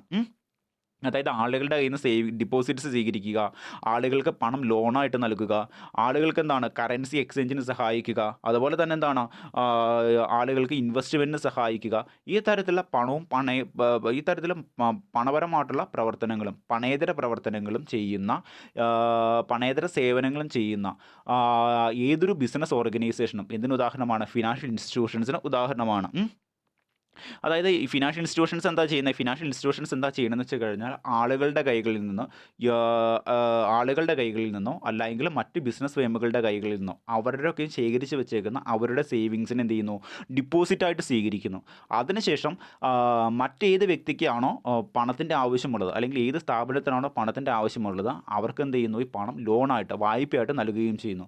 ആ തരത്തിൽ ഒരു ഇൻ്റർമീഡിയറിയുടെ റോള്, അതായത് സേവ് ചെയ്ത് വെച്ചേക്കുന്ന ആളുകളുടെ പണത്തെയും അതുപോലെ സേവ് ചെയ്ത് വെച്ചേക്കുന്ന വ്യക്തിയും പണം വായ്പയായിട്ട് എടുക്കാൻ ആഗ്രഹിക്കുന്ന വ്യക്തിയും തമ്മിൽ കണക്ട് ചെയ്യുന്ന ഒരു ഇടനിലക്കാരൻ്റെ റോൾ വഹിക്കുന്ന പണമോ പണേതര സേവനങ്ങളോ നൽകുന്ന ഈ ഓർഗനൈസേഷനുകളെ നമുക്കെന്ന് പറയാൻ സാധിക്കും, നമുക്ക് ഫിനാൻഷ്യൽ ഇൻസ്റ്റിറ്റ്യൂഷൻസ് എന്ന് പറയാൻ സാധിക്കും. അപ്പോൾ പണം വായ്പയായിട്ട് സ്വീകരിക്കുകയും പണം ഡിപ്പോസിറ്റായിട്ട് സ്വീകരിക്കുകയും പണം വായ്പയായിട്ട് കൊടുക്കുകയും ചെയ്യുക മാത്രമല്ല, പിന്നെയോ ആളുകൾക്ക് മറ്റ് രീതിയിലുള്ള ഇൻഷുറൻസ് സർവീസുകൾ പ്രൊവൈഡ് ചെയ്യുക, ബ്രോക്കറേജ് സർവീസുകൾ പ്രൊവൈഡ് ചെയ്യുക, അതുപോലെ തന്നെ ഈ തരത്തിലുള്ള എല്ലാ സേവനങ്ങളും നൽകുന്ന, അതായത് മോണിറ്ററി പണത്തിന് തുല്യമായിട്ടുള്ള സേവനങ്ങൾ പ്രദാനം ചെയ്യുന്ന ഏതൊരു ബിസിനസ് ഓർഗനൈസേഷനും എന്തിനു ഉദാഹരണമാണ്? ഫിനാൻഷ്യൽ ഇൻസ്റ്റിറ്റ്യൂഷൻസിന് ഉദാഹരണമാണ്. പ്രധാനമായിട്ടും ഫിനാൻഷ്യൽ ഇൻസ്റ്റിറ്റ്യൂഷനുകൾ നൽകുന്ന സേവനങ്ങളുടെ സ്വഭാവം അനുസരിച്ചുകൊണ്ട് ഫിനാൻഷ്യൽ ഇൻസ്റ്റിറ്റ്യൂഷൻസിനെ മൂന്നായിട്ടാണ് തരംതിരിക്കുന്നത്. ഏതൊക്കെയാണെന്ന് വെച്ച് കഴിഞ്ഞാൽ, ഒന്നാമത്തേതാണ് monetary or banking financial institution, രണ്ടാമത്തേതാണ് non monetary or non banking financial institution, മൂന്നാമത്തേതാണ് സ്പെഷ്യലൈസ്ഡ് ഫിനാൻഷ്യൽ ഇൻസ്റ്റിറ്റ്യൂഷൻ. ഇനി ഓരോന്നും എന്താണെന്ന് നമുക്ക് നോക്കാം. ഒന്നാമത്തെ കാര്യം എന്താ പറഞ്ഞേക്കുന്നത്? Monetary or banking financial institution എന്ന് വെച്ച് കഴിഞ്ഞാൽ, അതായത് monetary or banking financial institution എന്താണെന്ന് വെച്ച് കഴിഞ്ഞാൽ, നമ്മൾ സാധാരണയായിട്ട് കാണുന്ന ബാങ്കിങ് സർവീസുകൾ പ്രൊവൈഡ് ചെയ്യുന്ന ഓർഗനൈസേഷനുകളെ, സ്ഥാപനങ്ങളാണ്, അങ്ങനെയുള്ള ഇൻസ്റ്റിറ്റ്യൂഷനുകളൊക്കെയാണ് ഇതിൻ്റെ കീഴിൽ വരുന്നത് monetary or banking financial institutions എന്നുകൊണ്ട് അർത്ഥമാക്കുന്നത്. അതായത് ബാങ്കിങ് സേവനങ്ങൾ പ്രദാനം ചെയ്യുന്ന ബിസിനസ് ഓർഗനൈസേഷനുകളെയാണ് നമ്മൾ monetary or banking financial institution എന്നുകൊണ്ട് അർത്ഥമാക്കുന്നത്. എന്തൊക്കെയാണ് ബാങ്കിങ് സേവനങ്ങൾ എന്നുകൊണ്ട് അർത്ഥമാക്കുന്നത്? ബാങ്കിങ് സർവീസ് എന്നുകൊണ്ട് നമ്മൾ അർത്ഥമാക്കുന്നതെന്ന് വെച്ച് കഴിഞ്ഞാൽ, ആളുകളുടെ കൈകളിൽ നിന്നും അവരുടെ സേവിങ്സ്, അവരുടെ കയ്യിലുള്ള പണം ഡിപ്പോസിറ്റായിട്ട് സ്വീകരിക്കുകയോ ഇൻവെസ്റ്റ്മെൻറ്റായിട്ട് സ്വീകരിക്കുകയോ ചെയ്യുക. അതുകൂടാതെ തന്നെ എന്താണ്? ആളുകൾക്ക് പണം ലോണായിട്ട് നൽകുക. അതുകൂടാതെ തന്നെയോ ആളുകൾക്ക് ചെക്ക് ഇഷ്യൂ നൽകുക. അതുപോലെ തന്നെ ബാങ്കിങ് സേവനങ്ങൾ പ്രൊവൈഡ് ചെയ്യുക. അതായത് debit card, banking payment systems, അതുപോലെ തന്നെ എന്താണ്? ചെക്ക് ഇഷ്യൂ ചെയ്ത് കൊടുക്കുക, ഡിമാൻഡ് ഡിപ്പോസിറ്റ് കൊടുക്കുക, ബാങ്ക് ഓവർഡ്രാഫ്റ്റ് കൊടുക്കുക, ഡെബിറ്റ് കാർഡ്, ക്രെഡിറ്റ് കാർഡ് സേവനങ്ങൾ പ്രദാനം ചെയ്യുക. ഈ തരത്തിലുള്ള ബാങ്കിങ് സർവീസുകൾ പ്രദാനം ചെയ്യുന്ന ഇവയൊക്കെയാണ് ബാങ്കിങ് സേവനങ്ങൾ എന്നുകൊണ്ട് അർത്ഥമാക്കുന്നത്. അപ്പോൾ ഈ തരത്തിലുള്ള സേവനങ്ങൾ നൽകുന്ന ഏതൊരു ബിസിനസ് സ്ഥാപനവും ഏതൊരു ഓർഗനൈസേഷനും എന്തായിരിക്കും? മോണിറ്ററി ഓർ ബാങ്കിങ് ഫിനാൻഷ്യൽ ഇൻസ്റ്റിറ്റ്യൂഷൻസിന് ഉദാഹരണങ്ങളാണ്. Reserve bank of India, commercial ബാങ്കുകൾ, റീജിയണൽ റൂറൽ ബാങ്കുകൾ, കോർപ്പറേറ്റീവ് ബാങ്കുകൾ, ഇതൊക്കെയും ഈ തരത്തിൽ ബാങ്കിങ് ഫിനാൻഷ്യൽ ഇൻസ്റ്റിറ്റ്യൂഷൻസിന്, മോണിറ്ററി ബാങ്കിങ് ഫിനാൻഷ്യൽ ഇൻസ്റ്റിറ്റ്യൂഷൻസിന് ഉദാഹരണമാണ്. ഇനി എന്താണ് non monetary non banking financial institutions എന്ന് വെച്ച് കഴിഞ്ഞാൽ, ബാങ്കിങ് സർവീസുകൾ പ്രൊവൈഡ് ചെയ്യുന്ന സ്ഥാപനങ്ങളല്ല non monetary non banking financial institutions എന്നുകൊണ്ട് അർത്ഥമാക്കുന്നത്. പക്ഷേ ഇവർക്ക് ആളുകളുടെ കൈകളിൽ നിന്നും ഡിപ്പോസിറ്റ് സ്വീകരിക്കുവാനും ആളുകൾക്ക് ലോൺ മുതലായിട്ടുള്ള കാര്യങ്ങൾ വായ്പയായിട്ട് ലോൺസ് അലോ ചെയ്യുവാനുമുള്ള റൈറ്റ് ഉണ്ട്. അവർ ആളുകളുടെ കയ്യിൽ നിന്ന് ഡിപ്പോസിറ്റ് സേവനങ്ങൾ സ്വീകരിക്കുകയും അതുപോലെ തന്നെ ആളുകൾക്ക് ലോൺസ് അലോ ചെയ്ത് കൊടുക്കുകയും ചെയ്യുന്നു. അത്തരത്തിലുള്ള സേവനങ്ങൾ നൽകാൻ ഇവർക്ക് അധികാരമുണ്ട്. എന്നാൽ ബാങ്കുകൾ പ്രൊവൈഡ് ചെയ്യുന്ന, അല്ലെങ്കിൽ ബാങ്കിങ് ഇൻസ്റ്റിറ്റ്യൂഷനുകൾ പ്രൊവൈഡ് ചെയ്യുന്ന രീതിയിലുള്ള എല്ലാ ബാങ്കിങ് സേവനങ്ങളും നൽകുവാൻ ഇവർക്ക് അധികാരമില്ല. അതായത് ബാങ്കിങ് സേവനങ്ങളോട് അർത്ഥമാക്കുന്നത് എന്താണ്? ചെക്ക് ഇഷ്യൂ ചെയ്ത് കൊടുക്കുവാനോ, ഡിമാൻഡ് ഡിപ്പോസിറ്റ് ഇഷ്യൂ ചെയ്ത് കൊടുക്കുവാനോ, ബാങ്കിങ് പേയ്മെൻറ്റ്സുകൾ നടത്തുവാനോ, ബാങ്ക് ഓവർഡ്രാഫ്റ്റ് നൽകുവാനോ, ഈ തരത്തിലുള്ള ബാങ്കിങ് സേവനങ്ങൾ നൽകുവാനുള്ള അധികാരം എന്തിനില്ല? ഈ തരത്തിലുള്ള നോൺ ബാങ്കിങ് ഫിനാൻഷ്യൽ ഇൻസ്റ്റിറ്റ്യൂഷൻസിനില്ല. പക്ഷേ ആളുകളുടെ കൈകളിൽ നിന്ന് ഡിപ്പോസിറ്റ്സ് സ്വീകരിക്കുവാനും ഇൻവെസ്റ്റ്മെൻറ്റ് സ്വീകരിക്കുവാനും അവർക്ക് ലോണുകൾ അനുവദിച്ച് കൊടുക്കുവാനുള്ള റൈറ്റ് ആർക്കുണ്ട്? ഈ തരത്തിലുള്ള നോൺ ബാങ്കിങ് ഫിനാൻഷ്യൽ ഇൻസ്റ്റിറ്റ്യൂഷനുകൾക്കുണ്ട്. ഇതുകൂടാതെ തന്നെ ആളുകൾക്ക് വ്യത്യസ്തമായിട്ടുള്ള നോൺ മോണിറ്ററി ബെനിഫിറ്റുകൾ, നോൺ മോണിറ്ററി സർവീസുകൾ എന്നിവ പ്രൊവൈഡ് ചെയ്യാൻ ആർക്ക് അധികാരമുണ്ട്? ഈ തരത്തിലുള്ള നോൺ ബാങ്കിങ് ഫിനാൻഷ്യൽ ഇൻസ്റ്റിറ്റ്യൂഷൻസിന് അധികാരമുണ്ട്. പണം കൈമാറ്റം മാത്രമല്ല, പണേതര സേവനങ്ങളും പ്രൊവൈഡ് ചെയ്യുന്ന ബിസിനസ് സംരംഭങ്ങളെയാണ് നമ്മൾ എന്നോട് അർത്ഥമാക്കുന്നത് നോൺ ബാങ്കിങ് ഫിനാൻഷ്യൽ ഇൻസ്റ്റിറ്റ്യൂഷൻസ് എന്തുകൊണ്ട് അർത്ഥമാക്കുന്നത്. ഇവയുടെ സ്വഭാവം അനുസരിച്ചുകൊണ്ട് ഈ ഒരു നോൺ മോണിറ്ററി ഫിനാൻഷ്യൽ ഇൻസ്റ്റിറ്റ്യൂഷൻസിനെ നമ്മൾ വ്യത്യസ്ത ഉദാഹരണങ്ങളായിട്ട് തരംതിരിച്ചിട്ടുണ്ട്. NBFC ഫേമുകൾ, ഇൻവെസ്റ്റ്മെൻറ്റ് കമ്പനികൾ, ലീസിംഗ് ഫേമുകൾ, വെഞ്ചർ ക്യാപിറ്റൽ ഫിനാൻസ് മുതലായവയൊക്കെയും എന്താണ്? ഈ നോൺ ബാങ്കിങ് ഫിനാൻഷ്യൽ ഇൻസ്റ്റിറ്റ്യൂഷൻസിന് ഉദാഹരണങ്ങളാണ്.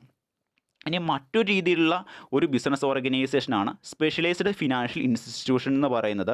എന്താണ് സ്പെഷ്യലൈസ്ഡ് ഫിനാൻഷ്യൽ ഇൻസ്റ്റിറ്റ്യൂഷൻ്റെ ഉദ്ദേശം എന്ന് വെച്ച് കഴിഞ്ഞാൽ,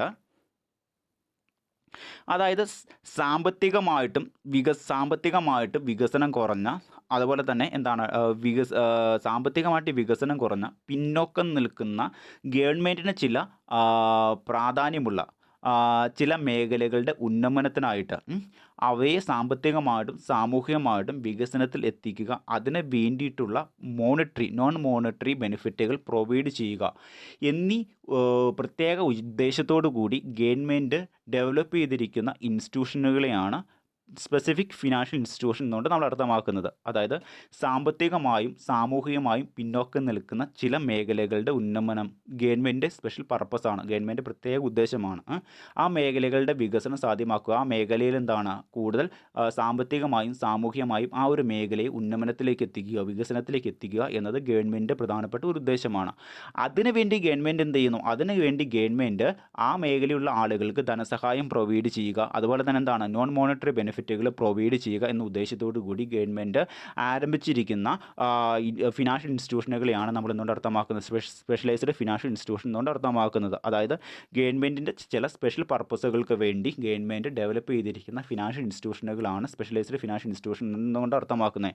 അത് പ്രധാനമായിട്ട് ഇപ്പോൾ കാർഷിക മേഖലകൾ, ചെറുകിട ബിസിനസ് സംരംഭങ്ങൾ, അതുപോലെ എന്താണ് ചെറുകിട കുടിൽ വ്യവസായ മേഖലകൾ, ഈ തരത്തിലുള്ള മേഖലകളൊക്കെ എന്താണ് സാമ്പത്തികമായിട്ടും സാമൂഹികമായിട്ടും പിന്നോക്കം നിൽക്കുന്ന മേഖലകളാണ് അല്ലേ. അപ്പോൾ ഈ തരത്തിലുള്ള കാർഷിക മേഖല, ചെറുകിട വ്യവസായ മേഖലയൊക്കെയും ഒന്ന് വികസിപ്പിച്ചെടുക്കുക, സാമ്പത്തികമായും സാമൂഹികമായിട്ടും മേഖലയെ ഉന്നമനത്തിലേക്ക് എത്തിക്കുക, അതിന് വേണ്ടിയിട്ടുള്ള ധനസഹായങ്ങളും പണേതര സേവനങ്ങളും നോൺ മോണിറ്ററി ബെനിഫിറ്റുകൾ, സർവീസുകൾ പ്രൊവൈഡ് ചെയ്യുക എന്ന ലക്ഷ്യത്തോടു കൂടി ഗവൺമെൻറ് ആരംഭിക്കുന്ന ബിസിനസ് ഓർഗനൈസേഷനുകളാണ്, ഫിനാൻഷ്യൽ ഇൻസ്റ്റിറ്റ്യൂഷനുകളാണ് സ്പെസിഫിക് ഫിനാൻഷ്യൽ ഇൻസ്റ്റിറ്റ്യൂഷൻ എന്നുകൊണ്ട് അർത്ഥമാക്കുന്നത്. കാർഷിക മേഖലയുടെ ഉന്നമനത്തിനായിട്ട് ഗവൺമെൻറ് ഈ രീതിയിൽ ഡെവലപ്പ് ചെയ്തിരിക്കുന്ന സ്പെസിഫിക് ഫിനാൻഷ്യൽ ഇൻസ്റ്റിറ്റ്യൂഷനാണ് നബാർഡ് എന്ന് പറയുന്നത്.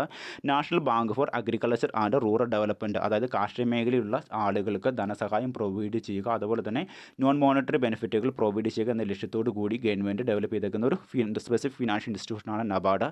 അതുപോലെ തന്നെ എന്താണ് കാർഷിക മേഖലയിലുള്ള ചെറുകിട വ്യവസായ മേഖലയുടെ വികസനത്തിനായിട്ട് ഗവൺമെൻറ് ആരംഭിച്ചേക്കുന്ന സ്പെസിഫിക് ഫിനാൻഷ്യൽ ഇൻസ്റ്റിറ്റ്യൂഷനാണ് small industries development bank of India എന്ന് പറയുന്നത്, സിഡ്ബി.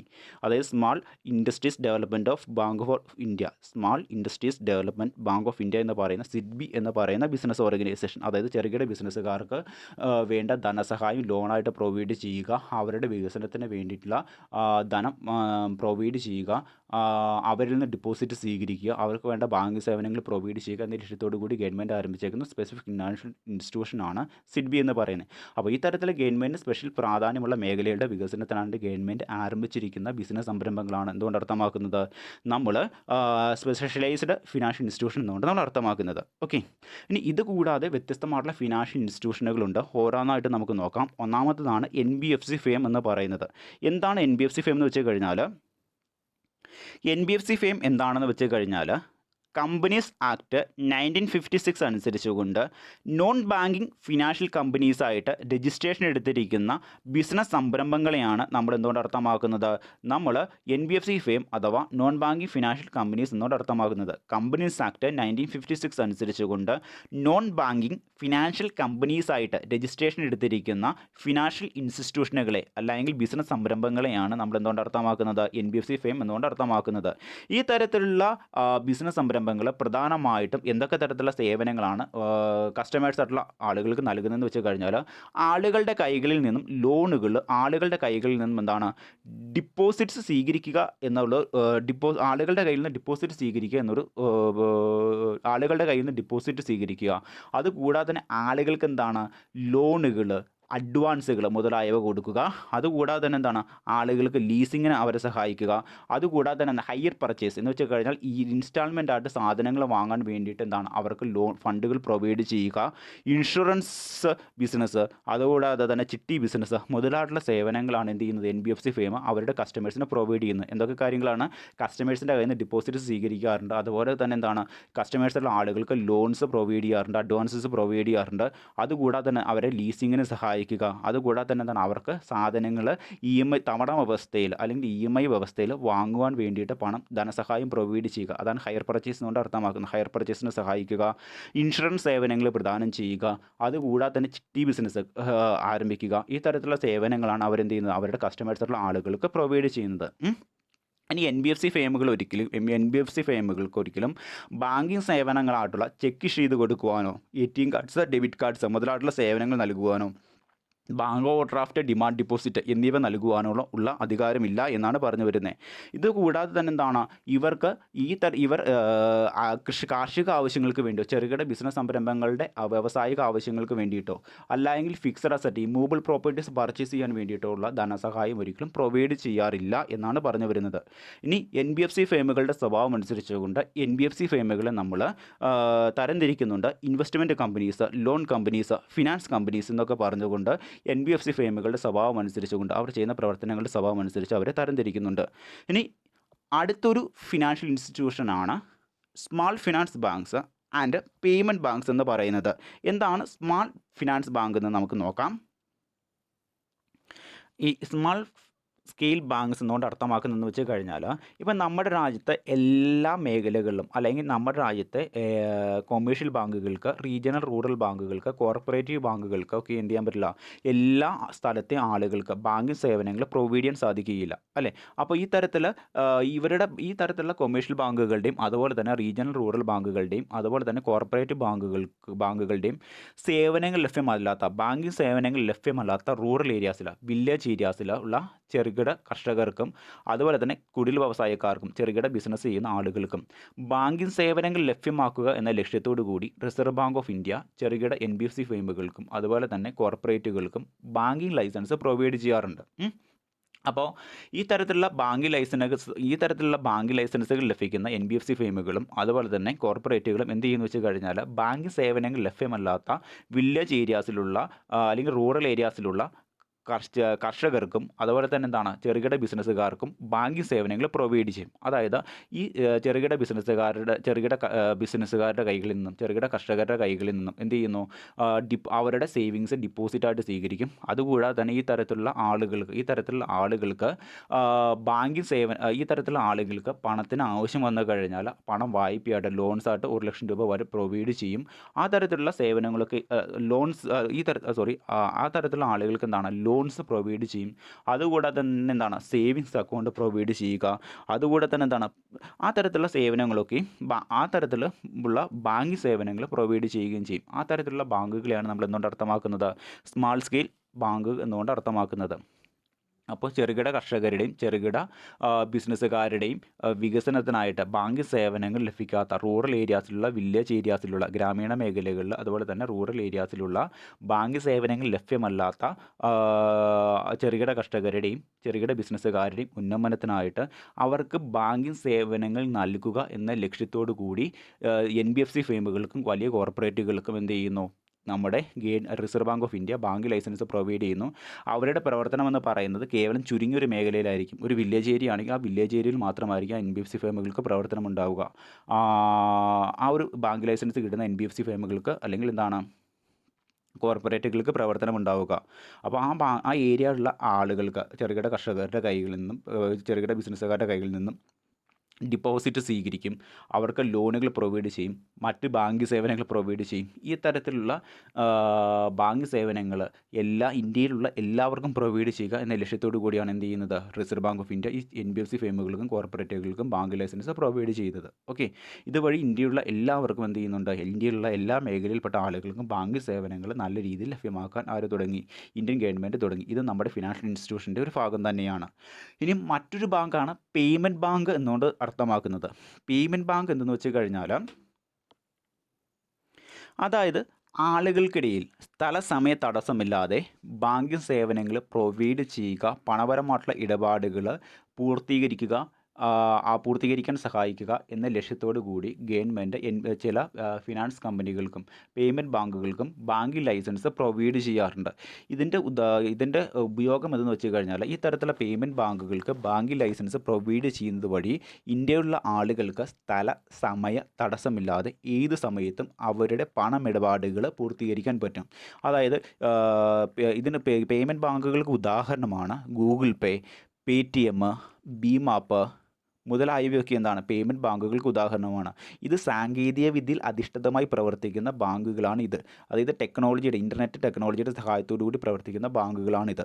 ഈ തരത്തിലുള്ള ബാങ്കുകൾക്ക് ബാങ്ക് ലൈസൻസ് പ്രൊവൈഡ് ചെയ്യുന്നത് വഴി സ്ഥല സമയ തടസ്സമില്ലാതെ തന്നെ ആളുകൾക്ക് എന്ത് ചെയ്യാൻ പറ്റും, ലോകത്തിൻ്റെ ഏത് ഭാഗത്തിരുന്നുകൊണ്ടും അവരുടെ പണമിടപാടുകൾ പൂർത്തീകരിക്കാൻ പറ്റും. ഇത് സാങ്കേതിക വിദ്യയിൽ അധിഷ്ഠിതമായി പ്രവർത്തിക്കുന്ന ഒരു ബാങ്ക് ആയതുകൊണ്ട് തന്നെ ഈ ഒരു ബാങ്കിൻ്റെ പ്രവർത്തനങ്ങൾക്കുണ്ടാകുന്ന ചിലവ് വളരെയധികം കുറവാണ്. കാരണം എംപ്ലോയീസ് ആയിട്ടുള്ള ആളുകളില്ല. അതുപോലെ തന്നെ എന്താണ് ബാക്കിയുള്ള ചിലവുകളൊന്നും ഈ ബാങ്കിൻ്റെ പ്രവർത്തനത്തിലില്ല. കേവലം സാങ്കേതികവിദ്യയിൽ അധിഷ്ഠിതമായിട്ടുള്ള പ്രവർത്തനമായതുകൊണ്ട് തന്നെ ഈ ഒരു ബാങ്കുകളുടെ പ്രവർത്തന ചിലവ് കുറവാണ്. ഇതുകൊണ്ട് ആളുകൾക്ക് എന്താ പ്രയോജനം എന്ന് വെച്ച് കഴിഞ്ഞാൽ ആളുകൾക്ക് ഏത് സമയത്തും സമയ തടസ്സമില്ലാതെ തന്നെ അവർക്ക് അവരുടെ പണമിടപാടുകൾ പേയ്മെൻറ്റുകൾ എളുപ്പത്തിൽ പൂർത്തീകരിക്കാൻ പറ്റും ഓൺലൈനായിട്ട്. അതിന് സഹായിക്കുന്ന ഫിനാൻഷ്യൽ ഇൻസ്റ്റിറ്റ്യൂഷനുകളാണ് പേയ്മെൻറ്റ് ബാങ്ക് എന്ന് പറയുന്നത്. ഇതും ഫിനാൻഷ്യൽ ഇൻസ്റ്റിറ്റ്യൂഷൻ്റെ ഭാഗം തന്നെയാണ്. ഇനി മറ്റൊരു പ്രധാനപ്പെട്ട കമ്പോണൻ്റാണ് ഫിനാൻഷ്യൽ ഇൻസ്ട്രുമെൻറ്റ്സ് എന്നുകൊണ്ട് അർത്ഥമാക്കുന്നത്. എന്താണ് ഫിനാൻഷ്യൽ ഇൻസ്ട്രുമെൻറ്റ്സ് എന്ന് വെച്ച് കഴിഞ്ഞാൽ ഫിനാൻഷ്യൽ ഇൻസ്ട്രുമെൻറ്റ്സ് ഏറ്റവും കൂടുതൽ ഫിനാൻഷ്യൽ മാർക്കറ്റ് എന്ന് പറയുന്ന കമ്പോണൻറ്റുമായി ബന്ധപ്പെട്ട ഒന്നാണ്. നമ്മൾ വ്യത്യസ്തമായിട്ടുള്ള ഫിനാൻഷ്യൽ ഇൻസ്ട്രുമെൻറ്റുകളെ പറ്റി പഠിച്ചിട്ടുണ്ട് അല്ലേ. മണി മാർക്കറ്റിലും അതുപോലെ തന്നെ ക്യാപിറ്റൽ മാർക്കറ്റിലും വാങ്ങുകയും വിൽക്കുകയും ചെയ്യുന്ന പെട്ടെന്ന് ക്യാഷാക്കി മാറ്റാൻ പറ്റുന്ന തരത്തിലുള്ള ആളുകൾ അവരുടെ പൈസ ഇൻവെസ്റ്റ്മെൻറ്റ് ചെയ്യുന്ന ഇൻസ്ട്രുമെൻറ്റുകളെയാണ് നമ്മൾ ഫിനാൻഷ്യൽ ഇൻസ്ട്രുമെൻറ്റ് കൊണ്ട് അർത്ഥമാക്കുന്നത്. ഇപ്പോൾ നമ്മുടെ കയ്യിൽ ക്യാഷ് ഉണ്ടെങ്കിൽ, അതായത് നമ്മൾ ഒത്തിരി നാൾ നമ്മുടെ വരുമാനത്തിൽ നിന്നും നമ്മൾ എന്താണ് കുറച്ച് പൈസ സേവ് ചെയ്ത് വെച്ച കുറച്ച് ക്യാഷ് നമ്മുടെ കയ്യിലുണ്ടെങ്കിൽ അത് നമ്മൾ ഏതെങ്കിലും ഒരു ഇൻവെസ്റ്റ്മെൻറ്റ് ഓപ്പർച്യൂണിറ്റിയിൽ ഇൻവെസ്റ്റ്മെൻറ്റ് ചെയ്യാൻ ആഗ്രഹിക്കുന്നുണ്ടെങ്കിൽ നമ്മൾ ഇന്ന ഇൻവെസ്റ്റ്മെൻറ്റ് ഓപ്പർച്യൂണിറ്റിയിൽ പൈസ ഡിപ്പോസിറ്റ് ചെയ്തിട്ടുണ്ട്. അതിനൊരു ലീഗൽ എവിഡൻസ് നമ്മുടെ കയ്യിലുണ്ടാകണം. അതായത് ഇപ്പോൾ നമ്മൾ ഇൻവെസ്റ്റ്മെൻറ്റ് ചെയ്തതിന് എന്താണ് നമുക്കൊരു എവിഡൻസ് വേണം. അതായത് നമ്മൾ ഇൻവെസ്റ്റ്മെൻറ്റ് ചെയ്തത് നിശ്ചിത സമയം കഴിയുമ്പോൾ നമുക്ക് ഇന്ന ഡേറ്റിൽ തിരിച്ച് കിട്ടും, അതിന് ഇത്ര ശതമാനം ഇൻട്രസ്റ്റ് കിട്ടും, അതിന് ഇത്ര ശതമാനം ഡിവിഡൻഡ് കിട്ടും, ഫ്യൂച്ചറിൽ നമ്മൾ ഇൻവെസ്റ്റ്മെൻറ്റ് ചെയ്തിരിക്കുന്ന തുകയും അതിൻ്റെ ഇൻട്രസ്റ്റ് അല്ലെങ്കിൽ അതിൻ്റെ ഡിവിഡൻഡ് അടക്കം നമുക്ക് ഇത്ര രൂപ കിട്ടും എന്ന് നമുക്ക് പറയണമെങ്കിൽ നമ്മുടെ കയ്യിലൊരു ലീഗൽ എവിഡൻസ് ഉണ്ടായിരിക്കണം. ആ ഒരു ലീഗൽ എവിഡൻസിനെയാണ് നമ്മൾ എന്തുകൊണ്ട് അർത്ഥമാക്കുന്നത്, നമ്മൾ ഫിനാൻഷ്യൽ ഇൻസ്ട്രുമെൻറ്റ് എന്തുകൊണ്ട് അർത്ഥമാക്കുന്നത്. അതായത് നമ്മൾ ഏതെങ്കിലും ഒരു സ്ഥലത്ത് ക്യാഷ് ഇൻവെസ്റ്റ് ചെയ്ത് കഴിഞ്ഞാൽ അത് തിരികെ കിട്ടുന്നതിന് വേണ്ടി അത് ഉറപ്പുവരുത്താനുള്ള ലീഗൽ ഡോക്യുമെൻറ്റ്സിനെയാണ് നമ്മൾ എന്തുകൊണ്ട് അർത്ഥമാക്കുന്നത്, ഫിനാൻഷ്യൽ ഇൻസ്ട്രുമെൻറ്റ് എന്തുകൊണ്ട് നമ്മൾ അർത്ഥമാക്കുന്നത്. അതായത് നമ്മൾ ഏതെങ്കിലും ഒരു വ്യക്തിക്ക് പണം വായ്പയായിട്ട് കൊടുത്തിട്ടുണ്ടെങ്കിൽ വായ്പ വാങ്ങിയിരിക്കുന്ന വ്യക്തി ആ പണം നമുക്ക് തിരികെ തരും, അല്ലെങ്കിൽ അവൻ്റെ കയ്യിൽ നിന്ന് പണം നമുക്ക് തിരികെ വാങ്ങണം. അതിന് നമ്മളുടെ കയ്യിൽ അവന് പണം വായ്പ കൊടുത്തതിൻ്റെ ഒരു ലീഗൽ എവിഡൻസ് നമ്മുടെ കയ്യിൽ ഉണ്ടാകണം അല്ലേ. ആ ലീഗലായിട്ടുള്ള നിയമപരമായിട്ടുള്ള ആ ഒരു രേഖയാണ് മറ്റൊരു വ്യക്തിക്ക് പണം വായ്പ കൊടുത്തിട്ടുണ്ടെങ്കിൽ അത് നമുക്ക് തിരികെ കിട്ടണമെങ്കിൽ ആ വ്യക്തിക്ക് പണം വായ്പ കൊടുത്തു എന്നുള്ള ഒരു ലീഗൽ രേഖ നമ്മുടെ കയ്യിൽ ഉണ്ടായിരിക്കണം. ആ തരത്തിലുള്ള ആ ഒരു ലീഗൽ രേഖയാണ് നമ്മൾ എന്തുകൊണ്ട് അർത്ഥമാക്കുന്നത്, ഫിനാൻഷ്യൽ ഇൻസ്ട്രുമെൻറ്റ് എന്നുകൊണ്ട് നമ്മൾ അർത്ഥമാക്കുന്നത്. ഏത് സമയത്താണോ നമ്മൾ മറ്റൊരു വ്യക്തിക്ക് ആ ഒരു പണം വായ്പയായിട്ട് കൊടുക്കുന്നത്, അല്ലെങ്കിൽ നമ്മുടെ കയ്യിലുള്ള പണം ഏത് വ്യക്തികളുടെ കൈകളിലേക്കാണോ നമ്മൾ ഇൻവെസ്റ്റ്മെൻറ്റ് ചെയ്യാൻ വേണ്ടി കൊടുക്കുന്നത്, ആ സമയത്ത് നമ്മൾ തയ്യാറാക്കുന്ന നിയമപരമായിട്ടുള്ള ലീഗൽ ഡോക്യുമെൻറ്റ്സിനെയാണ് നമ്മൾ നിയമപരമായിട്ട് തയ്യാറാക്കുന്ന റിട്ടൺ ലീഗൽ ഡോക്യുമെൻറ്റ്സിനാണ് നമ്മൾ എന്തുകൊണ്ട് അർത്ഥമാക്കുന്നത്, ഫിനാൻഷ്യൽ ഇൻസ്ട്രുമെൻറ്റ് എന്നുകൊണ്ട് അർത്ഥമാക്കുന്നത്. ഈ ഒരു ഫിനാൻഷ്യൽ ഇൻസ്ട്രുമെൻറ്റ് ഉണ്ടെങ്കിൽ നമ്മൾ ഇൻവെസ്റ്റ്മെൻറ്റ് ചെയ്തിരിക്കുന്ന പൈസ ഇന്ന സോഴ്സിലാണ്, ആ പൈസ ഇന്ന ഡേറ്റിൽ ഇത്ര ശതമാനം പലിശയോട് കൂടി നമുക്ക് തിരിച്ച് കിട്ടും എന്ന് നമുക്ക് സ്ഥാപിക്കാൻ പറ്റും. ആ തരത്തിൽ നമ്മളുടെ ഇൻവെസ്റ്റ്മെൻറ്റ്സിന് നമ്മുടെ സേവിങ്സ് ഇൻവെസ്റ്റ്മെൻറ്റ് ചെയ്തിട്ടുണ്ടെങ്കിൽ അത് നമുക്ക് തിരികെ കിട്ടാൻ നമ്മളെ സഹായിക്കുന്ന നിയമത്തിൻ്റെ പിൻബലമുള്ള ഒരു രേഖയാണ് നമ്മൾ എന്തുകൊണ്ട് അർത്ഥമാക്കുന്നത്, ഫിനാൻഷ്യൽ ഇൻസ്ട്രുമെൻറ്റ് എന്നുകൊണ്ട് അർത്ഥമാക്കുന്നത്. അത് പലതരത്തിലുണ്ട്. ഷെയറുകളുണ്ട്, ഡിബഞ്ചേഴ്സ് ഉണ്ട്, ട്രഷറി ബില്ലുണ്ട്, മുതലായവയ്ക്കും എന്താണ് ബോണ്ടുകളുണ്ട്, പ്രോമിസറി നോട്ടുകളുണ്ട്, ട്രഷറി ബില്ലുണ്ട്. ഇതൊക്കെ എന്താണ് നമ്മുടെ ഫിനാൻഷ്യൽ ഇൻസ്ട്രുമെൻറ്റ്സിന് ഉദാഹരണമാണ്. ഇനി ഫിനാൻഷ്യൽ ഇൻസ്ട്രുമെൻറ്റ്സിൻ്റെ സ്വഭാവം അനുസരിച്ചുകൊണ്ട് ഫിനാൻഷ്യൽ ഇൻസ്ട്രുമെൻറ്റുകളെ രണ്ടായിട്ട് നമുക്ക് തരംതിരിക്കാൻ പറ്റും. ഒന്നാമത്തതാണ് പ്രൈമറി നേച്ചർ അഥവാ ഡയറക്റ്റ് ഫിനാൻഷ്യൽ ഇൻസ്ട്രുമെൻറ്റ്സ്. രണ്ടാമത്തതാണ് സെക്കൻഡറി നേച്ചർ അഥവാ ഇൻഡയറക്റ്റ് ഫിനാൻഷ്യൽ ഇൻസ്ട്രുമെൻറ്റ്സ് എന്നിങ്ങനെ നമുക്ക് രണ്ടായിട്ട് തരംതിരിക്കാൻ പറ്റും. ഇനി എന്താണ് പ്രൈമറി നേച്ചർ ഫിനാൻഷ്യൽ ഇൻസ്ട്രുമെൻറ്റ്, അല്ല എങ്കിൽ എന്താണ് ഡയറക്റ്റ് നേച്ചർ ഫിനാൻഷ്യൽ ഇൻസ്ട്രുമെൻറ്റ് എന്ന് നമുക്ക് നോക്കാം. അതായത് ഇപ്പോൾ ഞാൻ ഏതെങ്കിലും ഒരു കമ്പനിയിലാണ് എൻ്റെ സേവിങ്സ് കൊണ്ടുപോയി ഇൻവെസ്റ്റ്മെൻറ്റ് ചെയ്യാൻ ആഗ്രഹിക്കുന്നതെങ്കിൽ ആ കമ്പനിയിൽ കൊണ്ടുപോയി എൻ്റെ സേവിങ്സ് ഞാൻ ഇൻവെസ്റ്റ്മെൻറ്റ് ചെയ്യുമ്പോൾ ആ കമ്പനി ഞാൻ ഇൻവെസ്റ്റ്മെൻറ്റ് ചെയ്തതിന് ആ കമ്പനി എനിക്ക് നേരിട്ട് തരുന്ന ലീഗൽ ഡോക്യുമെൻസിനെയാണ് നമ്മൾ എന്തുകൊണ്ട് അർത്ഥമാക്കുന്നത്? ഡയറക്റ്റ് ഫിനാൻഷ്യൽ ഇൻസ്ട്രുമെൻറ്റ് എന്നുകൊണ്ട് നമ്മൾ അർത്ഥമാക്കുന്നത്. ഞാനിപ്പോൾ ഏതെങ്കിലും കമ്പനി, എൻ്റെ കയ്യിലുള്ള പൈസ ഏതെങ്കിലും കമ്പനിയിൽ മൂലധനമായിട്ട് നിക്ഷേപിച്ച് കഴിഞ്ഞാൽ ഏതെങ്കിലും കമ്പനികളുടെ ഷെയറുകൾ ഞാൻ ഏതെങ്കിലും കമ്പനികൾക്ക് മൂലധനമായിട്ട് ഞാൻ എൻ്റെ കയ്യിലുള്ള സേവിങ്സ് കൊടുത്തു കഴിഞ്ഞാൽ ആ കമ്പനീസ് എന്ത് ചെയ്യും? ആ കമ്പനീസ് നേരിട്ട് ഞാൻ എൻ്റെ പൈസ ആ കമ്പനീസ് എന്ത് ചെയ്യും? എൻ്റെ കയ്യിൽ നിന്ന് പൈസ വാങ്ങിയതിൻ്റെ തെളിവായിട്ട് ആ ഫിനാൻഷ്യൽ ഇൻസ്ട്രുമെൻറ്റ് നേരിട്ട് എനിക്ക് തരും. ആ തരത്തിൽ കമ്പനീസ് നേരിട്ട് ആ കമ്പനിയിൽ പണം ഇൻവെസ്റ്റ്മെൻറ്റ് ചെയ്തിരിക്കുന്ന ആളുകൾക്ക് നേരിട്ട് കൊടുക്കുന്ന ഫിനാൻഷ്യൽ ഇൻസ്ട്രുമെൻറ്റുകളെയാണ് നമ്മൾ എന്തുകൊണ്ട് അർത്ഥമാക്കുന്നത്? Primary nature direct financial instrument എന്നുകൊണ്ട് അർത്ഥമാക്കുന്നത്. അതിന് ഉദാഹരണങ്ങളാണ് ഇക്വിറ്റി ഷെയറുകൾ, ഡിബഞ്ചറുകൾ മുതലായവ. അപ്പോൾ ഷെയറുകളും ഡിബഞ്ചറുകളിലുമാണ് ഒരു ഇൻവെസ്റ്റർ പൈസ നിക്ഷേപിക്കുന്നതെങ്കിൽ ഏത് കമ്പനിയുടെ ഷെയറിലാണോ അല്ലെങ്കിൽ ഡിബഞ്ചറുകളിലാണോ പൈസ നിക്ഷേപിക്കുന്നത് ആ കമ്പനീസ് നേരിട്ടായിരിക്കും എന്ത് ചെയ്യുന്നത്? ഈ ഷെയറുകളും ഡിബഞ്ചറുകളും ആ ഒരു ഇൻവെസ്റ്റേഴ്സിന് കൊടുക്കുന്നത്. ആ തരത്തിൽ കമ്പനീസ് നേരിട്ട് ഇൻവെസ്റ്റേഴ്സായിട്ടുള്ള ആളുകൾക്ക് അവർ ഇൻവെസ്റ്റ്മെൻറ്റ് ചെയ്തതിനുള്ള തെളിവായിട്ട് നൽകുന്ന ഫിനാൻഷ്യൽ ഇൻസ്ട്രുമെൻറ്റുകളെയാണ് നമ്മൾ എന്തുകൊണ്ട് അർത്ഥമാക്കുന്നത്? പ്രൈമറി നേച്ചർ ഫിനാൻഷ്യൽ ഇൻസ്ട്രുമെൻറ്റ് കൊണ്ട് അർത്ഥമാക്കുന്നത്.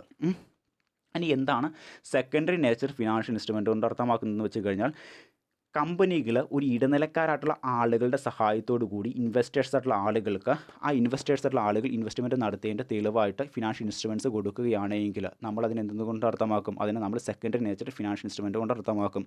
അതായത് ഏതെങ്കിലും കമ്പനികൾ തങ്ങളുടെ ഇൻവെസ്റ്റേഴ്സായിട്ടുള്ള ആളുകൾക്ക് ഒരു ഇടനിലക്കാരൻ്റെ സഹായത്തോടു കൂടി, ഒരു ഇൻ്റർമീഡിയറിയുടെ സഹായത്തോടു കൂടി ആ കമ്പനിയിൽ ഇൻവെസ്റ്റ്മെൻറ്റ് നടത്തിയേക്കുന്ന ഇൻവെസ്റ്റേഴ്സിന് അവർ ഇൻവെസ്റ്റ്മെൻറ്റ് ചെയ്തതിൻ്റെ തെളിവായിട്ടുള്ള ഫിനാൻഷ്യൽ ഇൻസ്ട്രുമെൻറ്റ്സ് നൽകിയിട്ടുണ്ടെങ്കിൽ അതിനെ നമുക്കെന്ന് പറയാൻ സാധിക്കും? നമുക്ക് സെക്കൻഡറി ഫിനാൻഷ്യൽ ഇൻസ്ട്രുമെൻറ്റ്സ് എന്നുകൊണ്ട് അർത്ഥമാക്കാൻ പറ്റും. ഉദാഹരണം ഇൻഷുറൻസ് കമ്പനികൾ, മ്യൂച്വൽ ഫണ്ട് കമ്പനികൾ, ഇവരൊക്കെയും ഏതെങ്കിലും ഇടനിലക്കാരായിട്ടുള്ള ഏജൻസികളുടെ സഹായത്തോടു കൂടിയാണ് ഈ ഇൻഷുറൻസ് കമ്പനിയിൽ ഇൻവെസ്റ്റ്മെൻറ്റ് ചെയ്തിരിക്കുന്ന, മ്യൂച്വൽ ഫണ്ടിൽ ഇൻവെസ്റ്റ്മെൻറ്റ് ചെയ്തിരിക്കുന്ന ഇൻവെസ്റ്റേഴ്സിന് അവർ ഇൻവെസ്റ്റ്മെൻറ്റ് ചെയ്തതിൻ്റെ തെളിവായിട്ടുള്ള ഫിനാൻഷ്യൽ ഇൻസ്ട്രുമെൻറ്റ്സ് കൈമാറ്റം ചെയ്യുന്നത്. ആ തരത്തിലുള്ള ഫിനാൻഷ്യൽ ഇൻസ്ട്രുമെൻറ്റുകളാണ് സെക്കൻഡറി നേച്ചർ ഫിനാൻഷ്യൽ ഇൻസ്ട്രുമെൻറ്റ് എന്നുകൊണ്ട് നമ്മൾ അർത്ഥമാക്കുന്നത്. ഇനി നമ്മൾ പഠിക്കാൻ പോകുന്ന മറ്റൊരു കമ്പോണൻറ്റ്, ഇനി നമുക്ക് ഫിനാൻഷ്യൽ ഇൻസ്ട്രുമെൻറ്റുകളുടെ സ്വഭാവം അനുസരിച്ചുകൊണ്ട് അവ വാങ്ങുകയും വിൽക്കുകയും ചെയ്യുന്ന മാർക്കറ്റുകളുടെ സ്വഭാവം അനുസരിച്ചുകൊണ്ട്, ഫിനാൻഷ്യൽ ഇൻസ്ട്രുമെൻറ്റുകൾ വാങ്ങുകയും വിൽക്കുകയും ചെയ്യുന്ന മാർക്കറ്റുകളുടെ സ്വഭാവം അനുസരിച്ചുകൊണ്ട് അവയെ നമുക്ക് രണ്ടായിട്ട് തരംതിരിക്കാം. മണി മാർക്കറ്റ് ഫിനാൻഷ്യൽ ഇൻസ്ട്രുമെൻറ്റ്സ് എന്നും അതുപോലെ തന്നെ ക്യാപിറ്റൽ മാർക്കറ്റ് ഫിനാൻഷ്യൽ ഇൻസ്ട്രുമെൻറ്റ്സ് എന്നും. മണി മാർക്കറ്റിൽ വാങ്ങുകയും വിൽക്കുകയും ചെയ്യുന്ന ഫിനാൻഷ്യൽ ഇൻസ്ട്രുമെൻറ്റുകൾ ഷോർട്ട് ടൈം നേച്ചറുള്ളതായിരിക്കും. അതായത് ആ ഒരു ഫിനാൻഷ്യൽ ഇൻസ്ട്രുമെൻറ്റുകൾ ഒരു കൊല്ലത്തിനുള്ളിൽ തന്നെ ഇൻവെസ്റ്റേഴ്സിന് പൈസ ഡിപ്പോസിറ്റ് ചെയ്ത് ആ ഇൻവെസ്റ്റേഴ്സുള്ള ആളുകൾക്ക് ആ ഫിനാൻഷ്യൽ ഇൻസ്ട്രുമെൻറ്റ്സ് വാങ്ങിക്കഴിഞ്ഞാൽ ഒരു കൊല്ലത്തിനുള്ളിൽ തന്നെ ഇൻവെസ്റ്റേഴ്സ് ആ ഫിനാൻഷ്യൽ ഇൻസ്ട്രുമെൻറ്റ് വിറ്റ് ഇൻവെസ്റ്റേഴ്സിന് ക്യാഷ് കളക്ട് ചെയ്യാവുന്നതാണ്. അതായത് ഒരു കൊല്ലത്തിനുള്ളിൽ തന്നെ ഈ ഫിനാൻഷ്യൽ ഇൻസ്ട്രുമെൻറ്റ് വിറ്റ് ഇൻവെസ്റ്റേഴ്സുള്ള ആളുകൾക്ക് പണം കളക്ട് ചെയ്യാവുന്നതാണ്. ആ നേച്ചറുള്ള ഷോർട്ട് ടൈം നേച്ചറുള്ള ഫിനാൻഷ്യൽ ഇൻസ്ട്രുമെൻറ്റുകൾ വാങ്ങുകയും വിൽക്കുകയും ചെയ്യുന്ന മാർക്കറ്റാണ് മണി മാർക്കറ്റ്. എന്നാൽ ക്യാപിറ്റൽ മാർക്കറ്റിലെ ഫിനാൻഷ്യൽ ഇൻസ്ട്രുമെൻറ്റുകളിലാണ് ഒരു ഇൻവെസ്റ്റർ പൈസ നിക്ഷേപിച്ചിട്ടുള്ളതെങ്കിൽ ഒരു കൊല്ലം കഴിഞ്ഞതിന് ശേഷം മാത്രമേ, ഒരു കൊല്ലമാണ് ആ ഒരു ഫിനാൻഷ്യൽ ഇൻസ്ട്രുമെൻറ്റ് മച്യൂരിറ്റി പീരീഡ് എന്ന് പറയുന്നത്. ആ ഒരു ഫിനാൻഷ്യൽ ഇൻസ്ട്രുമെൻറ്റ് ഒരു കൊല്ലം ആ ഇൻവെസ്റ്റർ ഹോൾഡ് ചെയ്ത് വെക്കണം. ഒരു കൊല്ലം കഴിഞ്ഞതിന് ശേഷം മാത്രമേ എന്ത് ചെയ്യാവുള്ളൂ? ആ ഒരു ഫിനാൻഷ്യൽ ഇൻസ്ട്രുമെൻറ്റ് വിൽക്കാൻ പറ്റുകയുള്ളൂ. ആ തരത്തിൽ ലോങ് ടൈം നേച്ചറുള്ള ഫിനാൻഷ്യൽ ഇൻസ്ട്രുമെൻറ്റുകൾ വാങ്ങുകയും വിൽക്കുകയും ചെയ്യുന്ന മാർക്കറ്റാണ് ക്യാപിറ്റൽ മാർക്കറ്റ് എന്നുകൊണ്ട് അർത്ഥമാക്കുന്നത്. മണി മാർക്കറ്റ് ഫിനാൻഷ്യൽ ഇൻസ്ട്രുമെൻറ്റുകൾക്ക് ഉദാഹരണമാണ് call money, bill of exchange, treasury bills മുതലായവ. അവ ഷോർട്ട് ടൈം നേച്ചറുള്ളവയാണ്. ഇനി ക്യാപിറ്റൽ മാർക്കറ്റ് ഫിനാൻഷ്യൽ ഇൻസ്ട്രുമെൻറ്റുകൾക്ക് ഉദാഹരണമാണ് ഈ ഷെയറുകൾ, ഡിബഞ്ചറുകൾ, ബോണ്ടുകൾ മുതലായവ. ഇനി മറ്റൊരു ഫിനാൻഷ്യൽ സിസ്റ്റത്തിൻ്റെ മറ്റൊരു പ്രധാനപ്പെട്ട കമ്പോണൻസ് ആണ് ഫിനാൻഷ്യൽ സർവീസ് എന്നുകൊണ്ട് അർത്ഥമാക്കുന്നത്. എന്താണ് ഫിനാൻഷ്യൽ സർവീസ് എന്ന് വെച്ച് കഴിഞ്ഞാൽ, ഫിനാൻഷ്യൽ ഇൻസ്റ്റിറ്റ്യൂഷനുകൾ പ്രൊവൈഡ് ചെയ്യുന്ന അതായത് ഫിനാൻഷ്യൽ ഇൻസ്റ്റിറ്റ്യൂഷൻസ് തങ്ങളുടെ കസ്റ്റമേഴ്സായിട്ടുള്ള ആളുകൾക്ക് പ്രൊവൈഡ് ചെയ്യുന്ന എക്കണോമിക് സർവീസുകളെ, സാമ്പത്തിക സേവനങ്ങളെ, ബെനിഫിറ്റുകളെ, ആക്ടിവിറ്റീസിനെയൊക്കെ നമുക്കെന്ന് പറയാൻ സാധിക്കും ഫിനാൻഷ്യൽ സർവീസ് എന്ന് പറയാൻ സാധിക്കും. ഏതെങ്കിലും ഒരു ഫിനാൻഷ്യൽ ഇൻസ്റ്റിറ്റ്യൂഷൻ തങ്ങളുടെ കസ്റ്റമേഴ്സായിട്ടുള്ള ആളുകൾക്ക് കൊടുക്കുന്ന സാമ്പത്തിക സേവനങ്ങളെ, അതുപോലെ തന്നെ സാമ്പത്തിക നേട്ടങ്ങളെ, സാമ്പത്തിക പ്രവർത്തനങ്ങളെ ഒക്കെ എന്തെന്ന് പറയാൻ സാധിക്കും? നമുക്ക് ഫിനാൻഷ്യൽ സർവീസ് എന്ന് പറയാൻ സാധിക്കും. ഏതൊരു ഫിനാൻഷ്യൽ ഇൻസ്റ്റിറ്റ്യൂഷൻ ആയിക്കോട്ടെ, അവരെന്ത് ചെയ്യുന്നു? തങ്ങളുടെ കസ്റ്റമേഴ്സായിട്ടുള്ള ആളുകൾക്ക് എന്തെങ്കിലും തരത്തിൽ സാമ്പത്തിക പ്രവർത്തനങ്ങൾ, സാമ്പത്തിക നേട്ടങ്ങൾ ഉണ്ടാകാൻ വേണ്ടിയിട്ടുള്ള പ്രവർത്തനങ്ങൾ ചെയ്തു കൊടുക്കുകയോ, സാമ്പത്തിക നേട്ടങ്ങൾ ഉണ്ടാക്കാൻ വേണ്ടിയിട്ട് സാമ്പത്തിക ബെനിഫിറ്റുകൾ ഉണ്ടാക്കാൻ വേണ്ടിയിട്ടുള്ള സേവനങ്ങൾ ചെയ്തു കൊടുക്കുകയോ സാമ്പത്തിക സേവനങ്ങൾ ചെയ്തു കൊടുക്കുകയോ ചെയ്തു കഴിഞ്ഞാൽ നമുക്കതിനെന്ത് പറയാൻ സാധിക്കും? ഫിനാൻഷ്യൽ സർവീസ് എന്ന് പറയാൻ സാധിക്കും. അതായത് ഫിനാൻഷ്യൽ ഡീലിങ്സ് നടത്തുകയോ അല്ലെങ്കിൽ മണിയെ മാനേജ് ചെയ്യാൻ സഹായിക്കുകയോ ചെയ്യുന്ന സേവനങ്ങളെയാണ് നമ്മൾ എന്തുകൊണ്ട് അർത്ഥമാക്കുന്നത്? ഫിനാൻഷ്യൽ സർവീസ് എന്നുകൊണ്ട് നമ്മൾ അർത്ഥമാക്കുന്നത്. അപ്പോൾ ഇത്രയേ ഉള്ളൂ. ഫിനാൻഷ്യൽ ഇൻസ്റ്റിറ്റ്യൂഷനുകൾ തങ്ങളുടെ കസ്റ്റമേഴ്സായിട്ടുള്ള ആളുകൾക്ക് പ്രൊവൈഡ് ചെയ്യുന്ന എന്ത് സാമ്പത്തിക സേവനങ്ങളിൽ നമുക്ക് എന്ന് പറയാൻ സാധിക്കും? നമുക്ക് ഫിനാൻഷ്യൽ സർവീസ് എന്ന് പറയാൻ സാധിക്കും. അതായത് ലോണുകൾ, ഡിപ്പോസിറ്റ്സ് സ്വീകരിക്കുക, ലോണുകൾ കൊടുക്കുക, ചെക്കുകൾ ഇഷ്യൂ ചെയ്ത് കൊടുക്കുക, ബാങ്കിങ് സേവനങ്ങൾ പ്രൊവൈഡ് ചെയ്യുക, ഇൻഷുറൻസ് സേവനങ്ങൾ പ്രൊവൈഡ് ചെയ്യുക, ബ്രോക്കറേജ് സേവനങ്ങൾ പ്രൊവൈഡ് ചെയ്യുക. ഇതൊക്കെയും ഇതിൻ്റെ ഭാഗം തന്നെയാണ്. ഫിനാൻഷ്യൽ സർവീസിൻ്റെ ഭാഗം തന്നെയാണ്. അപ്പോൾ ക്യാഷിന് തുല്യമായിട്ടുള്ള മറ്റ് സാമ്പത്തിക സേവനങ്ങളോ ഏതെങ്കിലും ഒരു ഫിനാൻഷ്യൽ ഇൻസ്റ്റിറ്റ്യൂഷൻ പ്രൊവൈഡ് ചെയ്ത് കഴിഞ്ഞാൽ ആ ഫിനാൻഷ്യൽ ഇൻസ്റ്റിറ്റ്യൂഷൻ പ്രൊവൈഡ് ചെയ്യുന്ന സേവനങ്ങളെ നമുക്കെന്ന് പറയാൻ സാധിക്കും? ഫിനാൻഷ്യൽ സർവീസ് എന്ന് പറയാൻ സാധിക്കും. ഫിനാൻഷ്യൽ സർവീസുകളിൽ നമ്മൾ പ്രധാനമായിട്ടും രണ്ടായിട്ടാണ് തരംതിരിക്കുന്നത്. ഒന്നാമത്തെ കാര്യം എന്തെന്ന് വെച്ച് കഴിഞ്ഞാൽ ഫിനാൻഷ്യൽ സർവീസുകളെ രണ്ടായിട്ടാണ് തരംതിരിക്കുന്നത്. ഒന്നാമത്താണ് ഫണ്ട് ബേസ്ഡ് സർവീസ്, രണ്ടാമത്താണ് ഫീ ബേസ്ഡ് സർവീസ്. എന്താണ് ഫണ്ട് ബേസ്ഡ് സർവീസ് എന്നുകൊണ്ട് അർത്ഥമാക്കുന്നതെന്ന് വെച്ച് കഴിഞ്ഞാൽ ഏതെങ്കിലും ഒരു വ്യക്തിക്ക് അസറ്റ് സ്വന്തമാക്കാൻ വേണ്ടി ധനസഹായം പ്രൊവൈഡ് ചെയ്യുകയാണെങ്കിൽ ആ തരത്തിലുള്ള സേവനങ്ങൾ നമുക്കെന്ത് പറയാൻ സാധിക്കും? ഫണ്ട് ബേസ്ഡ് സർവീസ് എന്നുകൊണ്ട് അർത്ഥമാക്കാൻ സാധിക്കും. അതായത് ഏതെങ്കിലും ഒരു വ്യക്തിക്ക് ഏതെങ്കിലും രീതിയിലുള്ള അസറ്റ് സ്വന്തമാക്കാൻ വേണ്ടി പണം വായ്പയായിട്ട് കൊടുക്കുകയാണെങ്കിൽ ആ തരത്തിൽ പണം വായ്പ കൊടുക്കുന്ന ഓർഗനൈസേഷനുകൾ ചെയ്യുന്ന ഫിനാൻഷ്യൽ സർവീസുകളെയാണ് നമ്മൾ ഫണ്ട് ബേസ്ഡ് സർവീസ് എന്നുകൊണ്ട് അർത്ഥമാക്കുന്നത്. ഇനി മറ്റൊരു കാര്യം എന്ന് വെച്ച് കഴിഞ്ഞാൽ ഫീ ബേസ്ഡ് സർവീസുകൾ എന്ന് വെച്ച് കഴിഞ്ഞാൽ ഫീ ബേസ്ഡ് സർവീസ് എന്ന് വെച്ച് കഴിഞ്ഞാൽ ഇപ്പോൾ ചില ബിസിനസ് ഓർഗനൈസേഷനുകൾ എന്ത് ചെയ്യുന്നു വെച്ച് കഴിഞ്ഞാൽ നമ്മുടെ കസ്റ്റമേഴ്സായിട്ടുള്ള ആളുകൾക്ക് പലതരത്തിലുള്ള സേവനങ്ങൾ പ്രൊവൈഡ് ചെയ്യും. അവർ പ്രൊവൈഡ് ചെയ്യുന്ന സേവനങ്ങൾക്ക് കസ്റ്റമേഴ്സിൻ്റെ കയ്യിൽ നിന്ന് അവരെന്ത് ചെയ്യും? നിശ്ചിത എമൗണ്ട് ഇൻകമായിട്ട് വാങ്ങുകയും ചെയ്യും, അല്ലെങ്കിൽ ഫീസായിട്ട് വാങ്ങുകയും ചെയ്യും. ആ തരത്തിലുള്ള സേവനങ്ങൾ പ്രൊവൈഡ് ചെയ്യുന്ന കമ്പനീസും എന്ത് തന്നെയാണ് പ്രൊവൈഡ് ചെയ്യുന്നത്? ഫിനാൻഷ്യൽ സേവനങ്ങൾ തന്നെയാണ് പ്രൊവൈഡ് ചെയ്യുന്നത്. കാരണം എന്താണ്? തങ്ങളുടെ കസ്റ്റമേഴ്സായിട്ടുള്ള ആളുകൾക്ക് സേവനങ്ങൾ പ്രൊവൈഡ് ചെയ്യുന്നു. അതിനുശേഷം നമ്മുടെ കസ്റ്റമേഴ്സിൻ്റെ കൈകൾ എന്ത് ചെയ്യുന്നു? ആ കൊടുക്കുന്ന സേവനങ്ങൾക്ക് പ്രതിഫലമായിട്ട് ഫീസ് സ്വീകരിക്കുന്നു. ആ തരത്തിലുള്ള ഫിനാൻഷ്യൽ ഇൻസ്റ്റിറ്റ്യൂഷനുകളും പ്രൊവൈഡ് ചെയ്യുന്നത് ആ തരത്തിലുള്ള ഇൻസ്റ്റിറ്റ്യൂഷനുകളും പ്രൊവൈഡ് ചെയ്യുന്നത് ഫിനാൻഷ്യൽ സർവീസുകൾ തന്നെയാണ്. ഉദാഹരണം stock broking, portfolio management, merging, acquisitions, credit rating മുതലായിട്ടുള്ള സേവനങ്ങൾ. ഇനി ഫിനാൻഷ്യൽ സർവീസുകളുടെ സ്വഭാവം അനുസരിച്ച് അവയെ 5ആയിട്ട് തരംതിരിക്കുന്നുണ്ട്. ഒന്നാമത്തെ കാര്യമാണ് ഫണ്ട് ഇൻ്റർമീഡിയേഷൻ എന്ന് പറയുന്നത്. ഫണ്ട് ഇൻ്റർമീഡിയേഷൻ എന്നുകൊണ്ട് അർത്ഥമാക്കുന്നതെന്ന് വെച്ച് കഴിഞ്ഞാൽ ഏതൊക്കെ വ്യക്തികൾക്കാണോ പണത്തിൻ്റെ ആവശ്യകതയുള്ളത് ആ വ്യക്തികൾക്ക് പണം അറേഞ്ച് ചെയ്ത് കൊടുക്കുക എന്ന സേവനമാണ് എന്ത് ചെയ്യുന്നത്? ഈ രീതിയിലുള്ള ഫിനാൻഷ്യൽ ഇൻസ്റ്റിറ്റ്യൂഷനുകൾ ചെയ്യുന്നത്. അതിനെയാണ് ഫണ്ട് ഇൻ്റർമീഡിയേഷൻ എന്നുകൊണ്ട് നമ്മൾ അർത്ഥമാക്കുന്നത്. അതായത് ബിസിനസ് ഓർഗനൈസേഷനുകൾ നൽകുന്ന ഫിനാൻഷ്യൽ സർവീസുകളുടെ സ്വഭാവം അനുസരിച്ചുകൊണ്ട് അവയെ 5ആയിട്ട് തരംതിരിക്കുന്നുണ്ട്. ഒന്നാമത്തെ കാര്യമാണ് ഫണ്ട് ഇൻ്റർമീഡിയേഷൻ എന്ന് പറയുന്നത്. ഇവിടെ എന്താണ് ചെയ്യുന്നത് വെച്ച് കഴിഞ്ഞാൽ പണം ഇൻവെസ്റ്റ് ചെയ്യാൻ ആഗ്രഹിക്കുന്ന ആളുകളുടെ കൈകളിൽ നിന്ന് എന്ത് ചെയ്യുന്നു? പണം ഡിപ്പോസിറ്റായിട്ട് സ്വീകരിക്കുന്നു. അതിനുശേഷം പണം ഏത് വ്യക്തിക്കാണോ വായ്പയായിട്ട് വേണ്ടത് ആ വ്യക്തിക്ക് എന്ത് ചെയ്യുന്നു? പണം ലോണായിട്ട് വായ്പയായിട്ട് കൊടുക്കുന്നു. ഈ തരത്തിൽ ഫണ്ട് ആവശ്യമുള്ള ആളുകൾക്ക് ഫണ്ട് സപ്ലൈ ചെയ്യുന്ന തരത്തിലുള്ള സേവനങ്ങൾ പ്രൊവൈഡ് ചെയ്യുന്ന ഫിനാൻഷ്യൽ ഇൻസ്റ്റിറ്റ്യൂഷനുകൾ ചെയ്യുന്ന സേവനങ്ങളാണ് ഫണ്ട് ഇൻ്റർമീഡിയേഷൻ എന്നുകൊണ്ട് നമ്മൾ അർത്ഥമാക്കുന്നത്. ഇനി മറ്റൊരു സേവനമാണ് പേയ്മെൻറ്റ് മെക്കാനിക്സ് എന്നുകൊണ്ട് അർത്ഥമാക്കുന്നത്. അതായത് ആളുകൾക്ക് അവരുടെ പണമിടപാടുകൾ പൂർത്തീകരിക്കാൻ വേണ്ടിയിട്ടുള്ള ഫിനാൻഷ്യൽ സേവനങ്ങൾ പ്രൊവൈഡ് ചെയ്യുന്നു. ഇപ്പോൾ ഓൺലൈൻ ബാങ്കിങ്, ഇൻ്റർനെറ്റ് ബാങ്കിങ്, ഇതൊക്കെ എന്താണ്? ഈ തരത്തിൽ ആളുകൾക്ക് തങ്ങളുടെ പണമിടപാടുകൾ പൂർത്തീകരിക്കാൻ സഹായിക്കുന്ന തരത്തിലുള്ള ഫിനാൻഷ്യൽ സേവനങ്ങൾ പ്രൊവൈഡ് ചെയ്യുന്ന സ്ഥാപനങ്ങൾ ചെയ്യുന്ന സർവീസുകളാണ് ഇതൊക്കെ. അതായത് ആളുകൾക്ക് തങ്ങളുടെ കസ്റ്റമേഴ്സുള്ള ആളുകൾക്ക് അവരുടെ പണമിടപാടുകൾ പൂർത്തീകരിക്കാൻ വേണ്ടിയിട്ടുള്ള സേവനങ്ങൾ പ്രൊവൈഡ് ചെയ്യുന്നു. ഇൻ്റർനെറ്റ് ബാങ്കിങ്, ഓൺലൈൻ ബാങ്കിങ് ഉദാഹരണങ്ങളാണ്.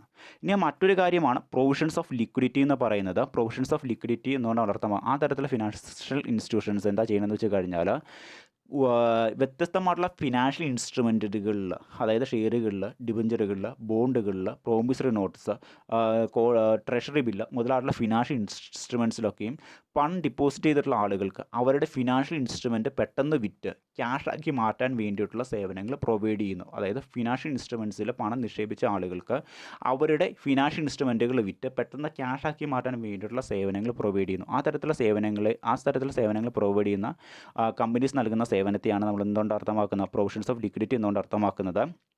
ഇനി മറ്റൊരു കാര്യമാണ് റിസ്ക് മാനേജ്മെൻറ്റ് എന്നുകൊണ്ട് അർത്ഥമാക്കുന്നത്. അതായത് റിസ്ക് മാനേജ്മെൻറ്റ് സേവനങ്ങൾ പ്രൊവൈഡ് ചെയ്ത കമ്പനീസ് എന്താണ് ചെയ്യുന്നത് വെച്ച് കഴിഞ്ഞാൽ, തങ്ങളുടെ കസ്റ്റമേഴ്സായിട്ടുള്ള ആളുകൾ ഏതെങ്കിലും തരത്തിലുള്ള ഫിനാൻഷ്യൽ ഇൻസ്ട്രുമെൻറ്റ്സിൽ അവരുടെ പണം ഡിപ്പോസിറ്റ് ചെയ്തിട്ടുണ്ടെങ്കിൽ ആ പണം നഷ്ടപ്പെട്ടു പോകാതെ ആ ഫിനാൻഷ്യൽ ഇൻസ്ട്രുമെൻറ്റ്സിന് ഉണ്ടാകാവുന്ന എല്ലാ റിസ്ക്കുകളെയും മാനേജ് ചെയ്യാൻ വേണ്ടി ആരെ സഹായിക്കുന്നു?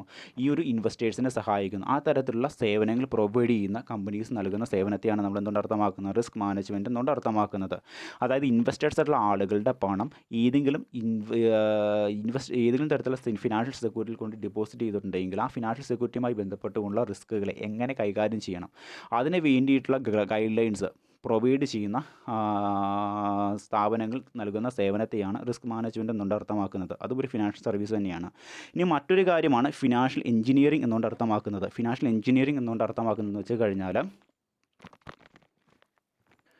അതായത് ഇൻവെസ്റ്റേഴ്സായിട്ടുള്ള ആളുകൾ ഏതെങ്കിലും തരത്തിലുള്ള ഇൻവെസ്റ്റ്മെൻറ്റ് ഓപ്പർച്യൂണിറ്റീസിൽ തങ്ങളുടെ കയ്യിലുള്ള പണം ഇൻവെസ്റ്റ്മെൻറ്റ് ചെയ്യുമ്പോൾ ആ ഒരു ഇൻവെസ്റ്റ്മെൻറ്റ് ഓപ്പർച്യൂണിറ്റിക്ക് എന്തെങ്കിലും തരത്തിലുള്ള അപകടമുണ്ടെങ്കിൽ, എന്തെങ്കിലും തരത്തിലുള്ള ഫിനാൻഷ്യൽ പ്രോബ്ലംസ് റേസ് ചെയ്ത് കഴിഞ്ഞാൽ വ്യത്യസ്തമായിട്ടുള്ള മാത്തമാറ്റിക്കൽ ടെക്നിക്കുകളുടെ സഹായത്തോടു കൂടി ആ ഒരു ഫിനാൻഷ്യൽ പ്രോബ്ലത്തിന് കറക്റ്റായിട്ടുള്ള സൊല്യൂഷൻ നൽകുക, ആ തരത്തിലുള്ള സേവനങ്ങൾ പ്രദാനം ചെയ്യുന്ന ബിസിനസ് ഓർഗനൈസേഷനുകൾ നൽകുന്ന സേവനങ്ങളെയാണ് നമ്മൾ ഫിനാൻഷ്യൽ എഞ്ചിനീയറിംഗ് കൊണ്ട് അർത്ഥമാക്കുന്നത്. അപ്പോൾ നമ്മളെപ്പോലെയുള്ള ആളുകളൊക്കെയും വ്യത്യസ്തമായിട്ടുള്ള ഫിനാൻഷ്യൽ ഇൻവെസ്റ്റ്മെൻറ്റ് ഓപ്പർച്യൂണിറ്റീസ് കൊണ്ടുപോയിട്ട് പണം ഡിപ്പോസിറ്റ് ചെയ്യുന്ന വരുക, ബാങ്കുകളായിക്കോട്ടെ, മറ്റ് കമ്പനികളുടെ ഷെയറുകളിലായിക്കോട്ടെ, ബോണ്ടുകളിലൊക്കെ ആയിക്കോട്ടെ. അപ്പോൾ നമുക്ക് എന്തെങ്കിലും തരത്തിലുള്ള ഫിനാൻഷ്യൽ പ്രോബ്ലം റേസ് ചെയ്തിട്ടുണ്ടെങ്കിൽ അത് പരിഹരിക്കാൻ വേണ്ടി എങ്ങനെ പരിഹരിക്കാം, അതിന് വേണ്ടിയിട്ടുള്ള ഫിനാൻഷ്യൽ സൊല്യൂഷൻസ്, കറക്റ്റ് സൊല്യൂഷൻസ് വ്യത്യസ്തമായിട്ടുള്ള മാത്തമാറ്റിക്കൽ ടെക്നിക്കുകളുടെ സഹായത്തോടു കൂടി കണ്ടുപിടിച്ച് ആ തരത്തിലുള്ള സേവനങ്ങൾ പ്രദാനം ചെയ്യുന്ന സ്ഥാപനങ്ങൾ നൽകുന്ന സേവനങ്ങളെയാണ് ഫിനാൻഷ്യൽ എഞ്ചിനീയറിംഗ് കൊണ്ട് അർത്ഥമാക്കുന്നത്. ഇത് ഫിനാൻഷ്യൽ സേവനത്തിൻ്റെ ഭാഗമാണ്.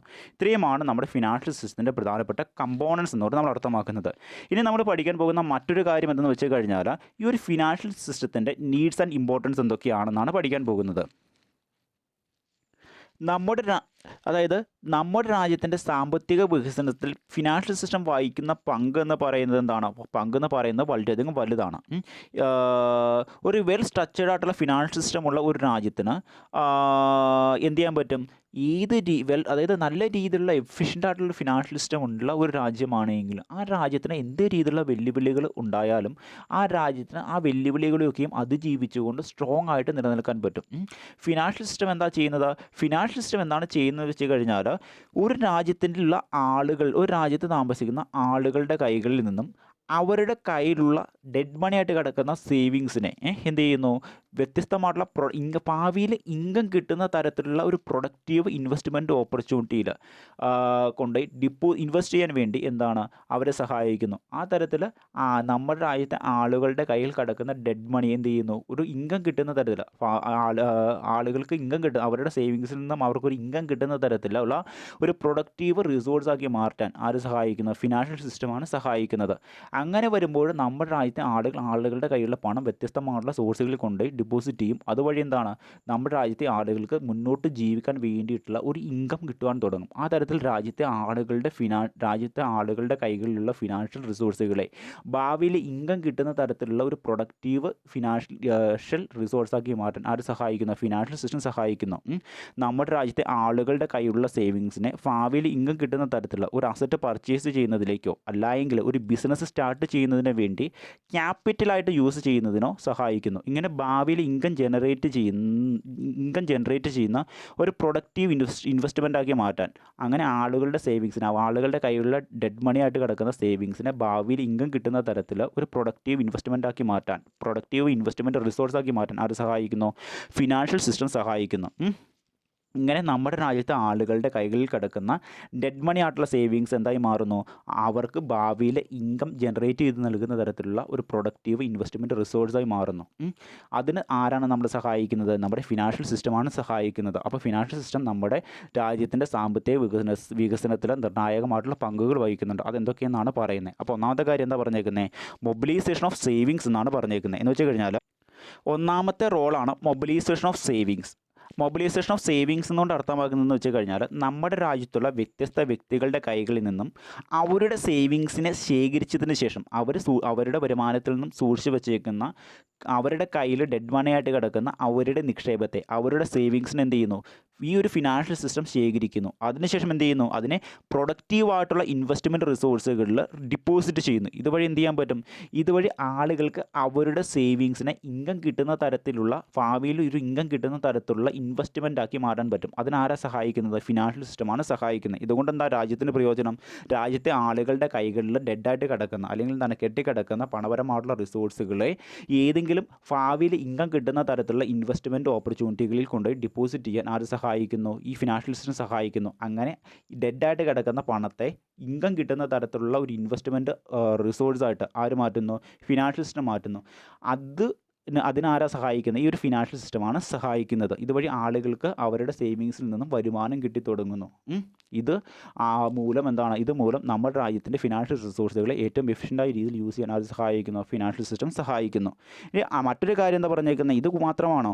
Re allocation of accumulated old savings to project and firms. ഇത് കൂടാതെ എന്താ ചെയ്യുന്നത്? ഇപ്പോൾ എൻ്റെ കയ്യിൽ പൈസ ഉണ്ടെങ്കിൽ ഫിനാൻഷ്യൽ സിസ്റ്റം എന്താ ചെയ്യുന്നത്? ഞാൻ കുറച്ച് പൈസ സേവ് ചെയ്ത് വെച്ചിട്ടുണ്ടെങ്കിൽ എൻ്റെ കയ്യിലുള്ള പൈസ ഫിനാൻഷ്യൽ സിസ്റ്റം എന്ത് ചെയ്യുന്നു? ഏതെങ്കിലും തരത്തിലുള്ള പ്രൊഡക്റ്റീവ് ഇൻകം കിട്ടുന്ന തരത്തിലുള്ള പ്രൊഡക്റ്റീവ് ഇൻവെസ്റ്റ്മെൻറ്റ് ഓപ്പർച്യൂണിറ്റിയിൽ കൊണ്ട് ഡിപ്പോസിറ്റ് ചെയ്യാൻ എന്നെ സഹായിക്കുന്നു. ഏതെങ്കിലും കമ്പനികളുടെ ഷെയറുകൾ വാങ്ങുന്നതിലാകാം, ബാങ്കിൽ കൊണ്ടായിരിക്കും ഞാൻ ഡിപ്പോസിറ്റ് ചെയ്യുന്നത്. മറ്റു വ്യക്തികൾക്ക് പണം വായ്പയായിട്ട് കൊടുക്കാനായിരിക്കും ഞാൻ പണം ആ ഒരു ഫിനാൻഷ്യൽ സിസ്റ്റത്തിനെ സഹായിക്കുന്നത്. അങ്ങനെ ചെയ്യുമ്പോൾ എനിക്ക് എന്ത് കിട്ടും? അതിൽ നിന്ന് ഞാൻ വായ്പയായിട്ട് കൊടുക്കുമ്പോഴോ, ബാങ്കിൽ കൊണ്ട് ഡിപ്പോസിറ്റ് ചെയ്യുമ്പോഴോ, മറ്റ് കമ്പനികളിൽ ഇൻവെസ്റ്റ്മെൻറ്റ് ചെയ്യുമ്പോഴോ എനിക്ക് എന്ത് കിട്ടും? എനിക്ക് ഭാവിയിൽ ആ എൻ്റെ സേവിങ്സിന് എന്ത് കിട്ടും? സേവിങ്സിന് ഇൻകം കിട്ടും, അല്ലേ? അങ്ങനെ എൻ്റെ സേവിങ്സിന് എന്താക്കി മാറ്റുന്നു? പ്രൊഡക്റ്റീവ് ഇൻവെസ്റ്റ്മെൻ്റ് ആക്കി മാറ്റാൻ അത് സഹായിക്കുന്നു. ഫിനാൻഷ്യൽ സിസ്റ്റം സഹായിക്കുന്നു. ഇത് കൂടാതെ എൻ്റെ ഇൻവെസ്റ്റ്മെൻറ്റിൽ ഞാൻ എൻ്റെ സേവിങ്സ് ഏതെങ്കിലും തരത്തിലുള്ള ഇൻവെസ്റ്റ്മെൻറ്റ് ഓപ്പർച്യൂണിറ്റി കൊണ്ട് ഈ പൈസ ഡിപ്പോസിറ്റ് ചെയ്തു. അതിൽ നിന്ന് കിട്ടുന്ന ഇൻകത്തെയും വീണ്ടും എന്താണ്? മറ്റൊരു ഇൻകം കിട്ടുന്ന തരത്തിലുള്ള പ്രൊഡക്റ്റീവ് ഇൻവെസ്റ്റ്മെൻ്റ് ആക്കി മാറ്റാൻ ആര് സഹായിക്കുന്നു? ഈ ഒരു ഫിനാൻഷ്യൽ സിസ്റ്റം സഹായിക്കുന്നു എന്നാണ് പറഞ്ഞു വരുന്നത്. അപ്പോൾ എന്താണ്? സേവിങ്സിനെ ഇൻവെസ്റ്റ്മെൻറ്റ് ഇൻകം കിട്ടുന്ന തരത്തിലുള്ള ഇൻവെസ്റ്റ്മെൻറ്റ് ആയിട്ട് മാറ്റുന്നു.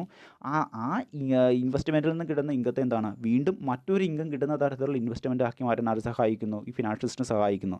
ഇപ്പോൾ ഞാൻ എൻ്റെ കയ്യിലുള്ള സേവിങ്സ് ഞാൻ ബാങ്കിൽ കൊണ്ടുപോയി ഡിപ്പോസിറ്റ് ചെയ്തു. അതിന് മാസം എന്താണ്? എനിക്കെന്ത് കിട്ടും? എനിക്ക് ഇൻട്രസ്റ്റ് കിട്ടും, അല്ലേ? അതിനെന്നെ സഹായിച്ചത് എന്താണ്? ഫിനാൻഷ്യൽ സിസ്റ്റമാണ്. ഞാൻ ആ ഇൻട്രസ്റ്റ് എന്ത് ചെയ്യുന്നു? മറ്റേതെങ്കിലും ബിസിനസ് ഓർഗനൈസേഷനിൽ മൂലധനമായിട്ട് ഡിപ്പോസിറ്റ് ചെയ്യുന്നു. എനിക്കിങ്ങനെ കിട്ടുന്ന എൻ്റെ ഡിപ്പോസിറ്റിന് കിട്ടുന്ന എൻ്റെ കയ്യിലുള്ള പൈസ ബാങ്കിൽ കൊണ്ട് ഡിപ്പോസിറ്റ് ചെയ്തു. അതിനെന്നെ സഹായിച്ചത് ഫിനാൻഷ്യൽ സിസ്റ്റമാണ്. അപ്പോൾ അതിൽ നിന്ന് മാസം എനിക്ക് എന്ത് കിട്ടും? ഇൻട്രസ്റ്റ് കിട്ടും. ആ കിട്ടുന്ന ഇൻകവും ഞാൻ എന്ത് ചെയ്യുന്നു? മറ്റൊരു ബിസിനസ് ഓർഗനൈസേഷനിൽ കൊണ്ട് ഡിപ്പോസിറ്റ് ചെയ്യുന്നു. അതുവഴി അന്നേരം ആ ബിസിനസ് ഓർഗനൈസേഷനായി എനിക്ക് എന്ത് കിട്ടും? മാസം അതിന് ഡിവിഡൻഡ് കിട്ടും. അതും എന്നെ സംബന്ധിച്ചിടത്തോളം ഇൻകമാണ്. അങ്ങനെ ഇൻവെസ്റ്റ്മെൻറ്റിൽ നിന്ന് കിട്ടുന്ന ഇൻകത്തെ വീണ്ടും എന്താണ്? മറ്റൊരു ഇൻകം തരുന്ന ഒരു പ്രൊഡക്റ്റീവ് റിസോഴ്സാക്കി മാറ്റാൻ ആര് സഹായിക്കുന്നു? നമ്മുടെ ഒരു ഫിനാൻഷ്യൽ സിസ്റ്റമാണ് സഹായിക്കുന്നത്. ഇനി മറ്റൊരു കാര്യം എന്താ പറഞ്ഞേക്കുന്നത്? Organisation of payment and settlement of system to ensure safe and quick movement of funds എന്ന് വെച്ച് കഴിഞ്ഞാൽ എന്താ പറഞ്ഞേ? അതായത് നമുക്ക് വളരെയധികം സേഫായിട്ട് ക്വിക്കായിട്ടും ഫണ്ട് പേയ്മെൻറ്റ്സും സെറ്റിൽമെൻറ്റ്സും ക്യാഷ് സെറ്റിൽമെൻറ്റ്സും നടത്തുവാനുള്ള ഫെസിലിറ്റി ആര് പ്രൊവൈഡ് ചെയ്യുന്നുണ്ട്? ഫിനാൻഷ്യൽ സിസ്റ്റം പ്രൊവൈഡ് ചെയ്യുന്നുണ്ട്. അതായത് ഫിനാൻഷ്യൽ സിസ്റ്റത്തിലെ ഫിനാൻഷ്യൽ ഇൻസ്റ്റിറ്റ്യൂഷൻസ് ആയിട്ടുള്ള ബാങ്കുകൾ പ്രൊവൈഡ് ചെയ്യുന്ന ഫെസിലിറ്റീസ്. അവരെന്താ ചെയ്യുന്ന? ബാങ്കുകൾ ഫിനാൻഷ്യൽ പേയ്മെൻറ്റ്സ് ഒക്കെ നടത്താൻ വേണ്ടിയിട്ടുള്ള ATM cards, online banking facilities, internet banking payment facilities, check payment facilities, ഇതൊക്കെയാണ് അതൊരു ഉദാഹരണങ്ങൾ എന്ന് പറയുന്നത്. ഇതൊക്കെ മൂലം ഉണ്ടായത്? നമ്മുടെ രാജ്യത്തിൻ്റെ ഫിനാൻഷ്യൽ സിസ്റ്റം മൂലം ഉണ്ടായേക്കുന്നത്, അല്ലേ? ഇങ്ങനെ ആളുകൾക്ക് എന്ത് ചെയ്യാൻ പറ്റും? അവരുടെ ഫണ്ടുകൾ ഈസി ആയിട്ട് ഡീൽ ചെയ്യുന്നതിനും ട്രാൻസ്ഫർ സെക്യൂർ ആയിട്ട് കംപ്ലീറ്റ് ചെയ്യുന്നതിനും അതിന് വേണ്ടിയിട്ടുള്ള ഫെസിലിറ്റീസ് ആരാ പ്രൊവൈഡ് ചെയ്യുന്നത്? ഫിനാൻഷ്യൽ സിസ്റ്റമാണ് പ്രൊവൈഡ് ചെയ്യുന്നത്. അതുകൊണ്ട് തന്നെ ആളുകൾക്ക് അവരുടെ കയ്യിലുള്ള ഫണ്ട് വളരെയധികം സെക്യൂറായിട്ടും വളരെയധികം എളുപ്പത്തിലും കൈമാറ്റം ചെയ്യുവാൻ വേണ്ടിയിട്ടുള്ള ഫെസിലിറ്റി എവിടെ നിന്ന് ലഭിക്കുന്നു? ഈ ഫിനാൻഷ്യൽ സിസ്റ്റത്തിൽ നിന്ന് ലഭിക്കുന്നു. ഇനി മറ്റൊരു കാര്യമാണ് പ്രൊവിഷൻസ് ഓഫ് ലിക്വിഡിറ്റി എന്ന് പറയുന്നത്. ഇപ്പം നമ്മുടെ കയ്യിലുള്ള ക്യാഷ് നമ്മൾ ഏതെങ്കിലും തരത്തിലുള്ള ഒരു ഫിനാൻഷ്യൽ ഇൻസ്ട്രുമെൻറ്റിൽ കൊണ്ടുപോയി ഡിപ്പോസിറ്റ് ചെയ്യുന്ന കരുതുക. നമുക്ക് പെട്ടെന്ന് പണത്തിൻ്റെ ആവശ്യം വന്നു കഴിഞ്ഞാൽ ആ ഒരു ഫിനാൻഷ്യൽ ഇൻസ്ട്രുമെൻറ്റ് വിറ്റ് നമുക്ക് എളുപ്പത്തിൽ അത് ക്യാഷാക്കി മാറ്റാൻ വേണ്ടിയിട്ടുള്ള ഫെസിലിറ്റീസും ആര് പ്രൊവൈഡ് ചെയ്യുന്നുണ്ട്? ഈ ഫിനാൻഷ്യൽ സിസ്റ്റം പ്രൊവൈഡ് ചെയ്യുന്നുണ്ട്. അതും ഫിനാൻഷ്യൽ സിസ്റ്റം നമ്മുടെ രാജ്യത്ത് ആ ഒരു ഫെസിലിറ്റിയും ആരാണ് പ്രൊവൈഡ് ചെയ്യുന്നത്? ഫിനാൻഷ്യൽ സിസ്റ്റമാണ് പ്രൊവൈഡ് ചെയ്യുന്നത്. അതായത് ഇപ്പോൾ എൻ്റെ കയ്യിൽ കുറച്ച് പൈസ ഉണ്ടെങ്കിൽ ഞാൻ അതെന്ത് ചെയ്യുന്നു? ഞാൻ ഏതെങ്കിലും കമ്പനികളുടെ ഷെയറുകളിൽ കൊണ്ട് ഇൻവെസ്റ്റ്മെൻറ്റ് ചെയ്തെന്ന് കരുതുക. അപ്പോൾ വളരെയധികം ദീർഘകാലഘട്ടത്തിലേക്കായിരിക്കും ഞാൻ ആ പൈസ ഇൻവെസ്റ്റ് ചെയ്തേക്കുന്നത്. പക്ഷേ കുറച്ച് കാലം കഴിയുമ്പോൾ എനിക്ക് പണത്തിൻ്റെ ആവശ്യം വന്നിട്ടുണ്ടെങ്കിൽ ആ ഷെയർ മറ്റൊരു ഇൻവെസ്റ്ററിന് വിറ്റ് ഞാൻ നിക്ഷേപിച്ചേക്കുന്ന തുകയും അതിൻ്റെ ലാഭവും എനിക്ക് എന്ത് ചെയ്യാൻ പറ്റും, എനിക്ക് നേടിയെടുക്കാൻ പറ്റും. അങ്ങനെ എൻ്റെ സേവിങ്സ് ഫിനാൻഷ്യൽ ഇൻസ്ട്രുമെൻറ്റിൽ ഡെപ്പോസിറ്റ് ചെയ്തിട്ടുണ്ട്. എനിക്ക് പണപരമായിട്ടുള്ള ആവശ്യം വന്നപ്പോൾ അത് പെട്ടെന്ന് ക്യാഷാക്കി മാറ്റാൻ വേണ്ടിയിട്ടുള്ള ഫെസിലിറ്റീസും ആര് പ്രൊവൈഡ് ചെയ്തു, നമ്മുടെ ഫിനാൻഷ്യൽ സിസ്റ്റം തന്നെ പ്രൊവൈഡ് ചെയ്യുന്നുണ്ട്. ഇനി മറ്റൊരു കാര്യം എന്തെന്ന് വെച്ച് കഴിഞ്ഞാൽ provisions of good corporative governance. എന്താണ് provision of good corporative governance system കൊണ്ട് ഉദ്ദേശിക്കുന്നത് വെച്ച് കഴിഞ്ഞാൽ, ഇപ്പം നമ്മളാണ് ഒരു ഇൻവെസ്റ്റർ എന്ന് കരുതാം. നമ്മൾ ഏതെങ്കിലും തരത്തിലുള്ള നമ്മുടെ കയ്യിലുള്ള സേവിങ്സ് ഏതെങ്കിലും കമ്പനിയിലോ കൊണ്ടുപോയിട്ട് ഇൻവെസ്റ്റ് ചെയ്യുന്ന കരുതുക, ഏതെങ്കിലും കമ്പനിയുടെ ഷെയറിൽ കൊണ്ടുപോയിട്ട് ഇൻവെസ്റ്റ് ചെയ്യുന്ന കരുതുക.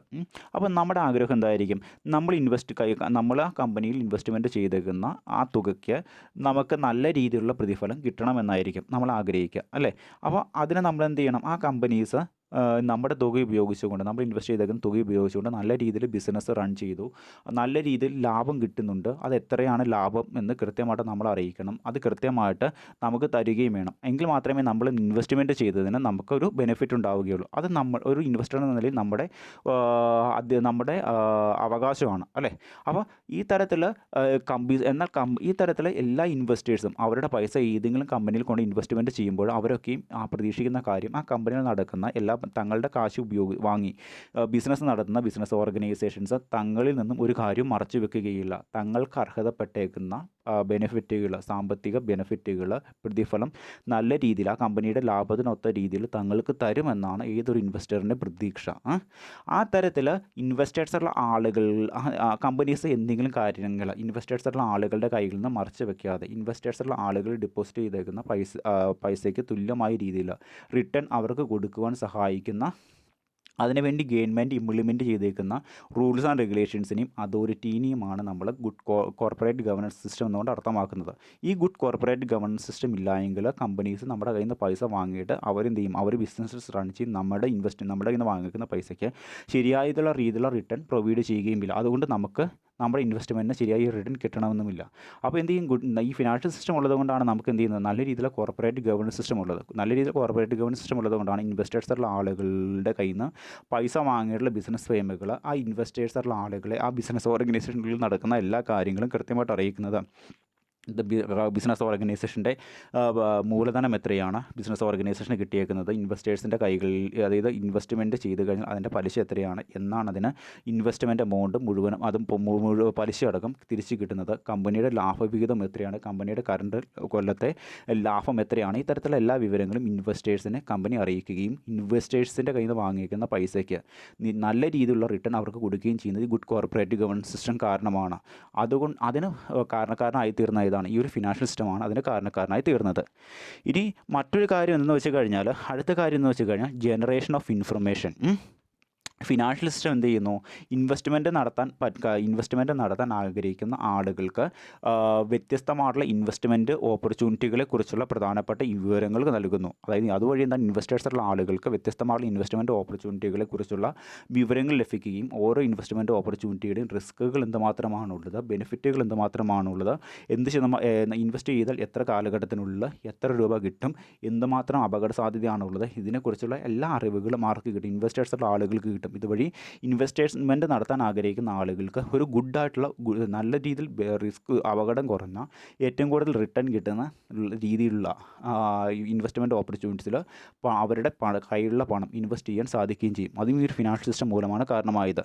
ഇനി മറ്റൊരു കാര്യമാണ് ക്രിയേഷൻ ഓഫ് ഇന്നോവേറ്റീവ് സ്കീംസ് എന്ന് വെച്ച് കഴിഞ്ഞാൽ, അതായത് ഇൻവെസ്റ്റ്മെൻറ്റ് സ്കീം എന്തെന്ന് മനസ്സിലാക്കുക ഏറ്റവും ആദ്യമേ. അതായത് ഇൻവെസ്റ്റ്മെൻറ്റ് സ്കീം എന്ന് വെച്ച് കഴിഞ്ഞാൽ, ഇപ്പോൾ പണം കയ്യിലുള്ള ആളുകൾ അവരെ ആകർഷിക്കുന്ന തരത്തിലുള്ള ഒരു ഇൻവെസ്റ്റ്മെൻറ്റ് ഓപ്പർച്യൂണിറ്റിയുടെ പല ഘടകങ്ങളെയാണ് ഇൻവെസ്റ്റ്മെൻറ്റ് സ്കീമുകൾ എന്നുകൊണ്ട് നമ്മൾ അർത്ഥമാക്കുന്നത്.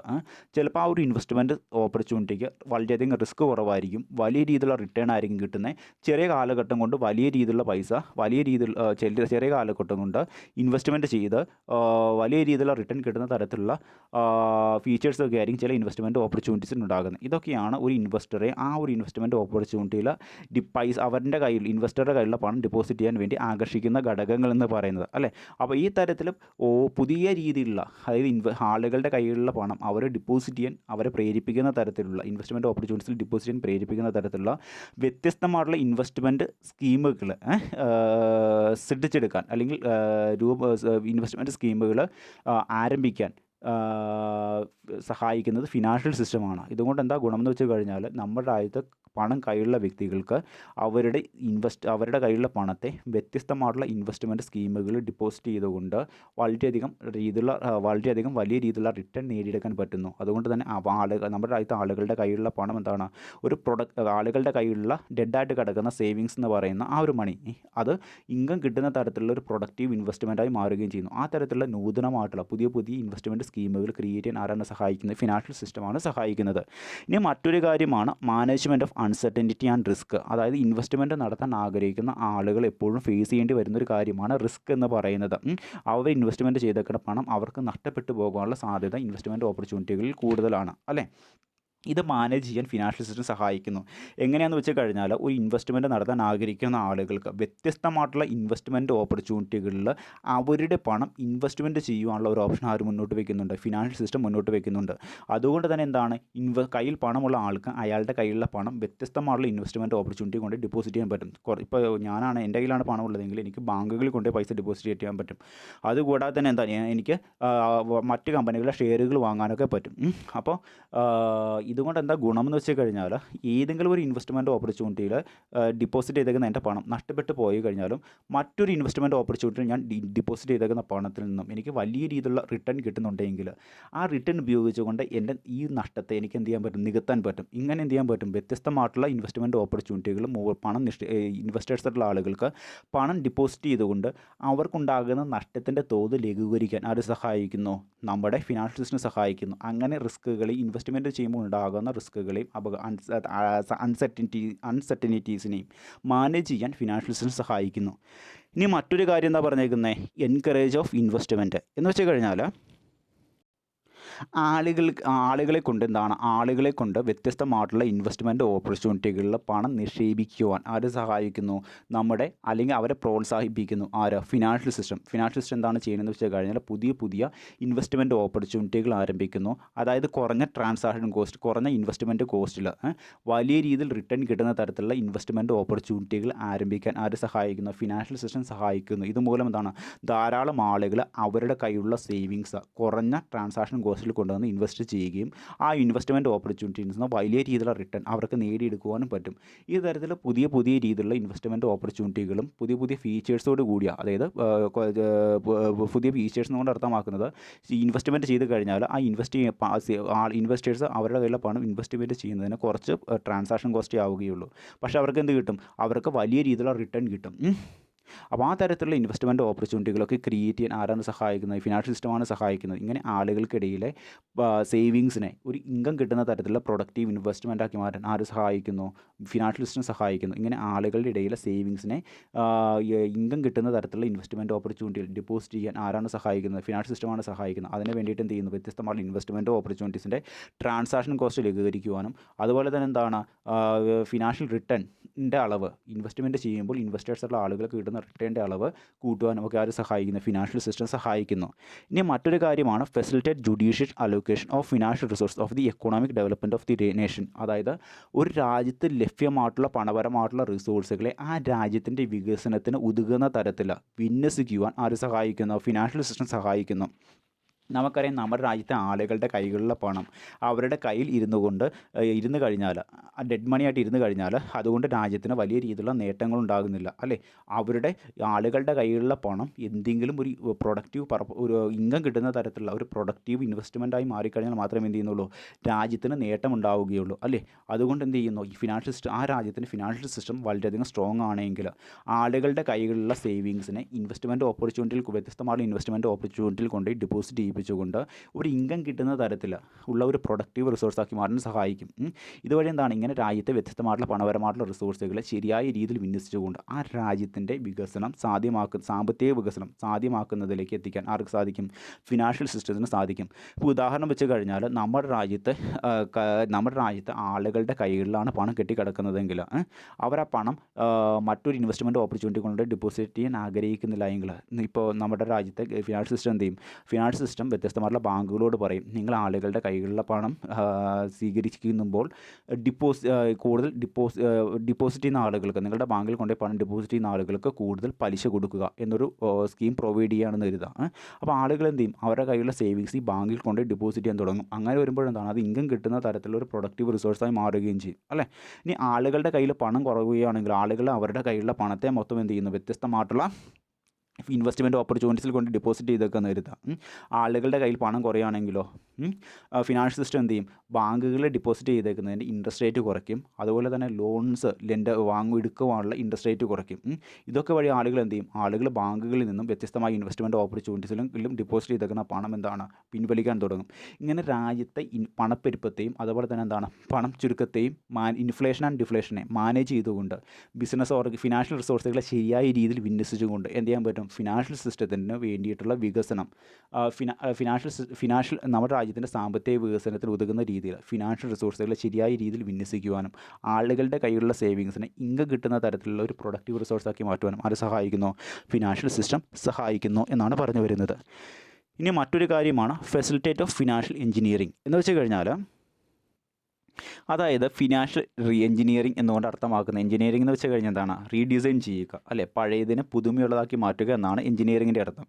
അപ്പോൾ ഫിനാൻഷ്യൽ റീ എഞ്ചിനീയറിംഗ് എന്ന് വെച്ച് കഴിഞ്ഞാലോ, പഴയ രീതിയിലുള്ള ഇൻവെസ്റ്റ്മെൻറ്റ് ഓപ്പർച്യൂണിറ്റീസിനെ പുതിയ രീതിയിലേക്കായിട്ട് പുതിയ രീതിയിലേക്ക് രൂപഭേദം വരുത്തിയെടുക്കുക എന്നാണ് അതിൻ്റെ അർത്ഥം, അല്ലേ? ഫിനാൻഷ്യൽ സിസ്റ്റം നമ്മുടെ രാജ്യത്തുള്ള വ്യത്യസ്തമായിട്ടുള്ള ഇൻവെസ്റ്റ്മെൻറ്റ് ഓപ്പർച്യൂണിറ്റീസിനെ, ഫിനാൻഷ്യൽ ഇൻവെസ്റ്റ്മെൻറ്റ് ഓപ്പർച്യൂണിറ്റികൾ എന്ത് ചെയ്യുന്നു, കാലഘട്ടത്തിനൊത്ത രീതിയിൽ പുതുമയുള്ളതാക്കി മാറ്റാൻ സഹായിക്കുന്നു. എങ്ങനെയെന്ന് വെച്ച് കഴിഞ്ഞാൽ, ഇപ്പോൾ പണ്ട് കാലങ്ങളിലൊക്കെ ആണെങ്കിൽ ആളുകൾ വ്യത്യസ്തമായിട്ടുള്ള ഇൻവെസ്റ്റ്മെൻറ്റ് ഓപ്പർച്യൂണിറ്റീസിൽ കൊണ്ടുപോയി പണം നിക്ഷേപിക്കുമ്പോൾ ആളുകളുടെ പണം നഷ്ടപ്പെട്ടു പോകാനുള്ള സാധ്യത വളരെയധികം കൂടുതലാണ്. വളരെയധികം വലിയ ട്രാൻസാക്ഷൻ കോസ്റ്റുകൾ ഉണ്ടാകും. അതായത് പണം കൊണ്ട് ഡെപ്പോസിറ്റ് ചെയ്യുന്നതിന് വലിയ രീതിയിലുള്ള ട്രാൻസാക്ഷൻ കോസ്റ്റുകൾ ഉണ്ടായിരിക്കും. പിന്നെ എന്താണ്, ചെറിയ രീതിയിലുള്ള റിട്ടേണൊക്കെ ആയിരിക്കും കിട്ടുക. അതുകൊണ്ട് തന്നെ ആളുകൾ എന്ത് ചെയ്യുന്നു, ആളുകൾ പണം ഡെപ്പോസിറ്റ് ചെയ്യാൻ വളരെയധികം, അല്ലെങ്കിൽ അവരുടെ കയ്യിലുള്ള സേവിങ്സ് ഏതെങ്കിലും ഇൻവെസ്റ്റ്മെൻറ്റ് ഓപ്പർച്യൂണിറ്റി കൊണ്ട് ഡെപ്പോസിറ്റ് ചെയ്യാൻ അവർ വളരെയധികം മടി പിടിക്കും. അതുകൂടാതെ തന്നെ വ്യത്യസ്തമായിട്ടുള്ള ഇൻവെസ്റ്റ്മെൻറ്റ് ഓപ്പർച്യൂണിറ്റീസിനെ കുറിച്ച് ഇൻവെസ്റ്റേഴ്സുള്ള ആളുകൾക്ക് അറിവ് ഉണ്ടാവുകയില്ല. പക്ഷേ ഫിനാൻഷ്യൽ സിസ്റ്റം എന്ത് ചെയ്യുന്നു, ഫിനാൻഷ്യൽ സിസ്റ്റം വ്യത്യസ്തമായിട്ടുള്ള കാലഘട്ടത്തിനനുസരിച്ച് ഫിനാൻഷ്യൽ ഇൻവെസ്റ്റ്മെൻറ്റ് ഓപ്പർച്യൂണിറ്റീസിന് മാറ്റം വരുത്തുന്നു. അതായത് ഇൻവെസ്റ്റ് ചെയ്യുന്ന ആളുകൾക്ക് ഇൻവെസ്റ്റ് ചെയ്യാൻ വേണ്ടി ഉണ്ടാകുന്ന ട്രാൻസാക്ഷൻ കോസ്റ്റ് റെഡ്യൂസ് ചെയ്യുക. അതുപോലെ തന്നെ ഇൻവെസ്റ്റ് ചെയ്യുന്ന ആളുകൾക്ക് ഹൈ രീതിയിൽ റിട്ടേൺ കിട്ടുന്ന തരത്തിൽ ഇൻവെസ്റ്റ്മെൻറ്റ് ഓപ്പർച്യൂണിറ്റീസിനെ മാറ്റിയെടുക്കുക. അതുപോലെ തന്നെ വ്യത്യസ്തമായിട്ടുള്ള ഇൻവെസ്റ്റ്മെൻറ്റ് ഓപ്പർച്യൂണിറ്റീസിനെ കുറിച്ച് ഇൻവെസ്റ്റേഴ്സുള്ള ആളുകൾക്ക് അറിവ് കൊടുക്കുക. ഇതുവഴി ഇൻവെസ്റ്റേഴ്സിൻ്റെ കൈകളിലുള്ള സേവിങ്സിനെ ഇൻകം കിട്ടുന്ന തരത്തിലുള്ള പ്രൊഡക്റ്റീവ് ഇൻവെസ്റ്റ്മെൻ്റ് ആക്കി മാറ്റുക. അതിനൊക്കെയും ആരാണ് സഹായിക്കുന്നത്, ഈ ഫിനാൻഷ്യൽ സിസ്റ്റമാണ് സഹായിക്കുന്നത്.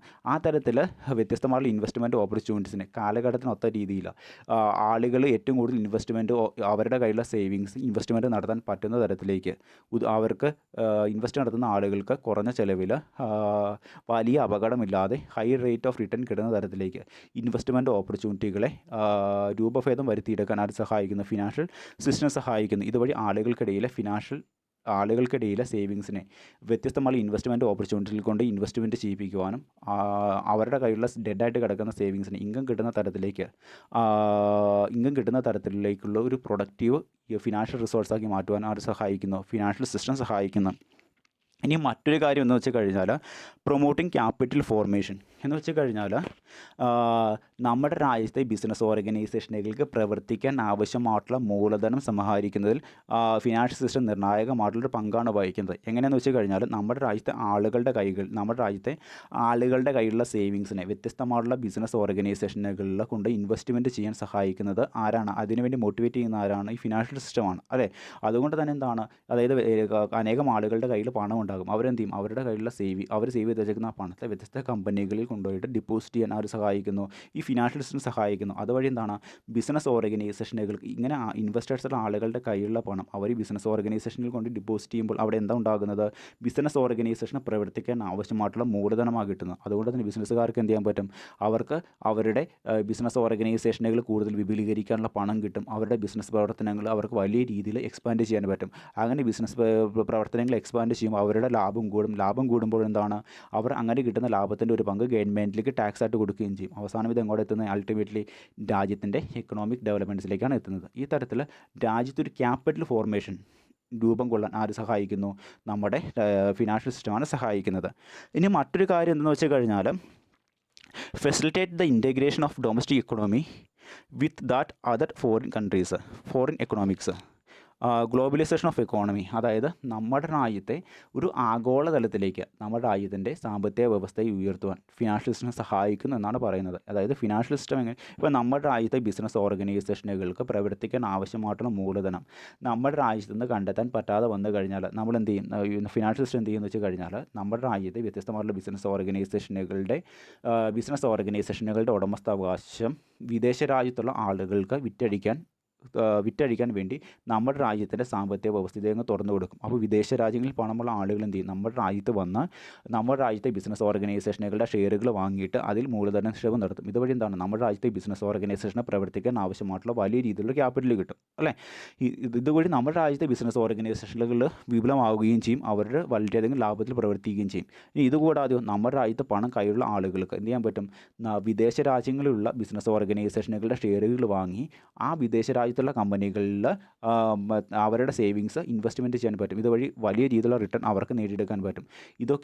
ഇതുവഴിയൊക്കെ എന്താണ് ഉണ്ടാകുന്നത്? ഇതുവഴി നമ്മുടെ രാജ്യത്തെ ആളുകൾക്ക് ധാരാളം ഫോറിൻ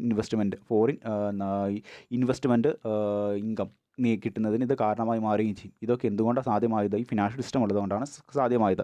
അപ്പോൾ ഈ തരത്തിൽ നമ്മുടെ രാജ്യത്തിൻ്റെ സാമ്പത്തിക വ്യവസ്ഥയെ ആഗോളതലത്തിലേക്ക് വളരുവാൻ ആരാണ് സഹായിക്കുന്നത്? ഫിനാൻഷ്യൽ സിസ്റ്റമാണ് സഹായിക്കുന്നത്. ഇത്രയുമാണ് ഫിനാൻഷ്യൽ സിസ്റ്റത്തിൻ്റെ പ്രധാനപ്പെട്ട റോളുകൾ എന്ന് പറയുന്നത്. ഓക്കെ, അപ്പോൾ ഇനി നമ്മൾ നോക്കാൻ പോകുന്നത് recent developments of Indian financial system. അതായത് ഇന്ത്യൻ ഫിനാൻഷ്യൽ സിസ്റ്റത്തിൻ്റെ പ്രധാനപ്പെട്ട കമ്പോണൻസ് ആയിട്ടുള്ള financial market, financial instrument, financial service എന്നീ മേഖലകളിൽ എന്തെല്ലാം ഡെവലപ്മെൻറ്റ്സ് ആണ് സംഭവിക്കുന്നതെന്നാണ് നമ്മളിനി പഠിക്കാൻ പോകുന്നത്. ഒരു ഫിനാൻഷ്യൽ സിസ്റ്റത്തിലെ കാലഘട്ടത്തിനനുസരിച്ച് മാറ്റങ്ങൾ വരേണ്ടത് അനിവാര്യമാണ്. എങ്കിൽ മാത്രമേ ആ രാജ്യത്തിന് എക്കണോമിക് ഗ്രോത്തും എക്കണോമിക് ഡെവലപ്മെൻറ്റ്സും സാധ്യമാവുകയുള്ളൂ. അപ്പോൾ ഇതിൻ്റെ അകത്ത് ഒന്നാമത്തെ കാര്യം എന്തെന്ന് വെച്ച് കഴിഞ്ഞാൽ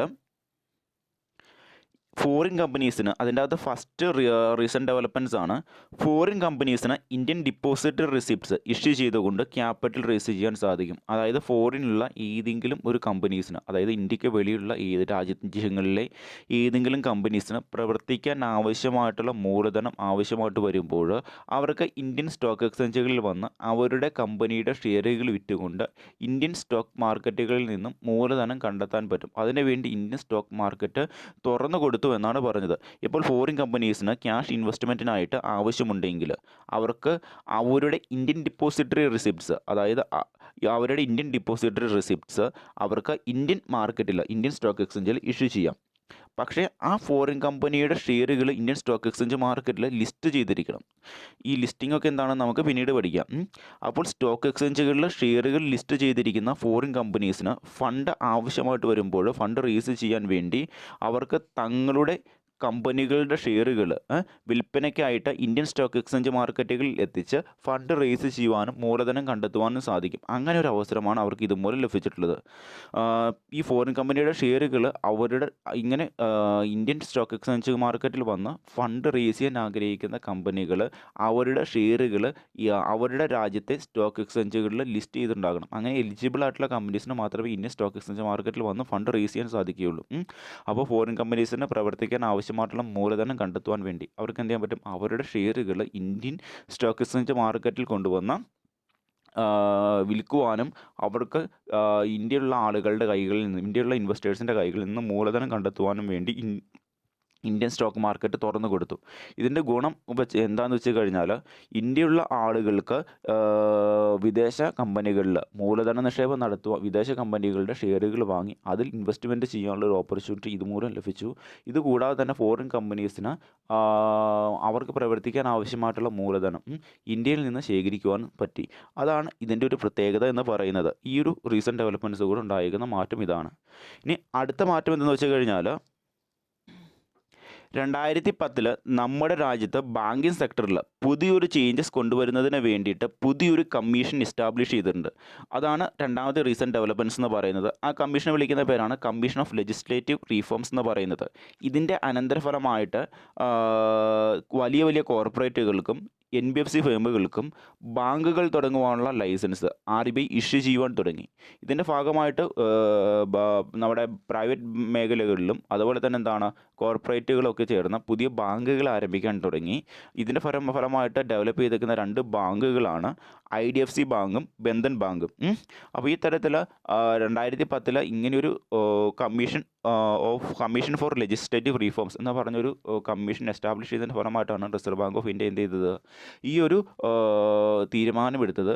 ഇതിൻ്റെ ഫലമായിട്ട് ബാങ്കിങ് സെക്ടർ മേഖലകളിൽ വലിയൊരു മാറ്റമാണ് ഉണ്ടായിരിക്കുന്നത്. തൽഫലമായിട്ട് എന്താണ്, വലിയ വലിയ കോർപ്പറേറ്റുകൾക്കും NBFC ഫേമുകൾക്കും ബാങ്കുകൾ തുടങ്ങുവാനുള്ള ഒരു അധികാരമാണ് ഇതുമൂലം കിട്ടിത്തുടങ്ങിയത്. ഓക്കെ, ഇനി അടുത്ത കാര്യം എന്തെന്ന് വെച്ച് കഴിഞ്ഞാൽ,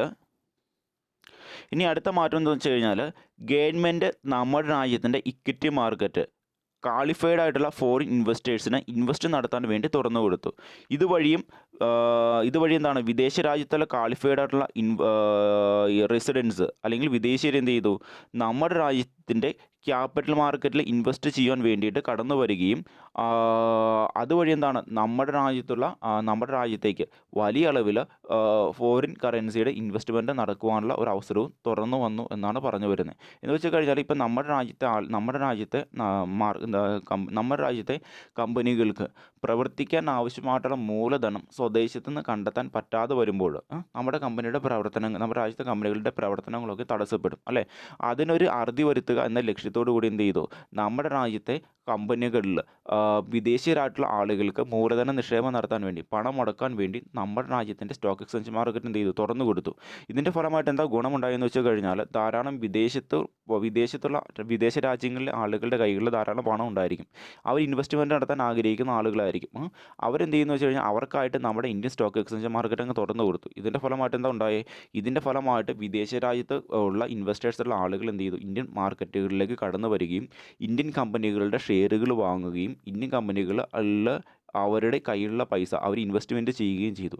ഇതുവഴി നമ്മുടെ സ്റ്റോക്ക് എക്സ്ചേഞ്ച് മാർക്കറ്റ് തുറന്നു കൊടുത്തോട് വഴി എന്താണ്, നമ്മുടെ രാജ്യത്തെ കമ്പനീസ് അവരുടെ ഷെയറുകൾ വിദേശ രാജ്യത്തുള്ള വ്യക്തികൾക്ക് ഇൻവെസ്റ്റ്മെൻറ്റ് നടത്താൻ വേണ്ടിയിട്ട് വിദേശ രാജ്യത്തുള്ള വ്യക്തികൾക്ക് ഇൻവെസ്റ്റ്മെൻറ്റ് നടത്താനായിട്ട് എന്ത് ചെയ്തു, അവരുടെ കമ്പനികളുടെ ഷെയറുകൾ അവർ വിൽക്കാൻ തുടങ്ങി. ഇതുവഴി വിദേശ രാജ്യത്തുള്ളവർക്ക് ഇന്ത്യയിൽ വന്ന് മൂലധന നിക്ഷേപം നടത്താനുള്ള അവസരം കിട്ടി. ഇന്ത്യയിലുള്ള ബിസിനസ് ഫേമുകൾക്ക് പ്രവർത്തിക്കാനുള്ള പണം വിദേശ രാജ്യങ്ങളിൽ നിന്ന് കണ്ടെത്തുവാൻ സാധിക്കുകയും ചെയ്തു. ഇതിൻ്റെ ഫലമായിട്ട് എന്താണ്, നമ്മുടെ രാജ്യത്തേക്ക് വലിയ അളവിലാണ് ഫോറിൻ കറൻസിയുടെ ഇൻവെസ്റ്റ്മെൻറ്റ്സ് നടന്നത്. ഇത് നമ്മുടെ രാജ്യത്തിൻ്റെ ഫിനാൻഷ്യൽ സെക്ടറിൽ ഉണ്ടായേക്കുന്ന വലിയൊരു മാറ്റമായിട്ടാണ് നമ്മൾ കരുതപ്പെടുന്നത്. ഇനി മറ്റൊരു മാറ്റം എന്ന് വെച്ച് എന്താണെന്ന് വെച്ച് കഴിഞ്ഞാൽ, പിന്നീടുള്ള മാറ്റം എന്തെന്ന് വെച്ച് കഴിഞ്ഞാൽ, ഫോർവേഡ് മാർക്കറ്റ് കമ്മീഷനെയും securities exchange board of India എന്ന് പറയുന്ന റെഗുലേറ്ററി ബോഡിയും കൂട്ടിച്ചേർത്തുകൊണ്ട് ഒരൊറ്റ റെഗുലേറ്ററി ബോഡിയായിട്ട് അതിനെ ഉയർത്തുകയും ചെയ്തു. അതായത് ഫോർവേഡ് മാർക്കറ്റ് കമ്മീഷനെയും അതുപോലെ തന്നെ സെബി എന്ന് പറയുന്ന റെഗുലേറ്ററി ബോഡിയും കൂട്ടിച്ചേർത്തുകൊണ്ട് അത് ഒരൊറ്റ അതോറിറ്റിയാക്കി മാറ്റി എന്നാണ് അടുത്തൊരു പ്രത്യേകത എന്ന് പറയുന്നത്. നമുക്കറിയാം, ഫോർവേഡ് മാർക്കറ്റ് കമ്മീഷൻ എന്ന് പറയുന്നത് ഇന്ത്യയിൽ നടക്കുന്ന സ്പെക്കുലേറ്റീവ് മാർക്കറ്റിംഗ് ആക്ടിവിറ്റികളെ അല്ലെങ്കിൽ ഡെറിവേറ്റീവ് മാർക്കറ്റിനെ നിയന്ത്രിച്ചുകൊണ്ടിരുന്ന റെഗുലേറ്ററി ബോഡിയാണ് ഫോർവേഡ് മാർക്കറ്റ് കമ്മീഷൻ എന്ന് പറയുന്നത്. അപ്പോൾ ഇന്ത്യൻ ഡെറിവേറ്റീവ് മാർക്കറ്റുകൾ, ഡെറിവേറ്റീവ് എന്ന് പറയുന്ന ഫിനാൻഷ്യൽ ഇൻസ്ട്രുമെൻറ്റ്, അതെന്താണെന്ന് നമുക്ക് പിന്നീട് ഡീറ്റെയിൽ ആയിട്ട് പഠിക്കാം. ഡെറിവേറ്റീവ് എന്ന് പറയുന്ന ഫിനാൻഷ്യൽ ഇൻസ്ട്രുമെൻറ്റ് വാങ്ങുകയും വിൽക്കുകയും ചെയ്തുകൊണ്ടിരുന്ന ഡെറിവേറ്റീവ് മാർക്കറ്റ്സിനെ നിയന്ത്രിച്ചുകൊണ്ടിരുന്ന ഒരു ഗവൺമെൻറ് നിയന്ത്രണത്തിലുള്ള റെഗുലേറ്ററി ബോഡിയാണ് ഫോർവേഡ് മാർക്കറ്റ് കമ്മീഷൻ എന്ന് പറയുന്നത്. അതുകൂടാതെ തന്നെ എന്താണ്, ഈ ഡെറിവേറ്റീവ് മാർക്കറ്റിൽ ധാരാളം സ്പെക്കുലേറ്റീവ് ആയിട്ടുള്ള ആക്ടിവിറ്റികൾ നടന്നുകൊണ്ടിരുന്നു. അതായത് ഊഹക്കച്ചവടങ്ങൾ നടന്നുകൊണ്ടിരുന്നു.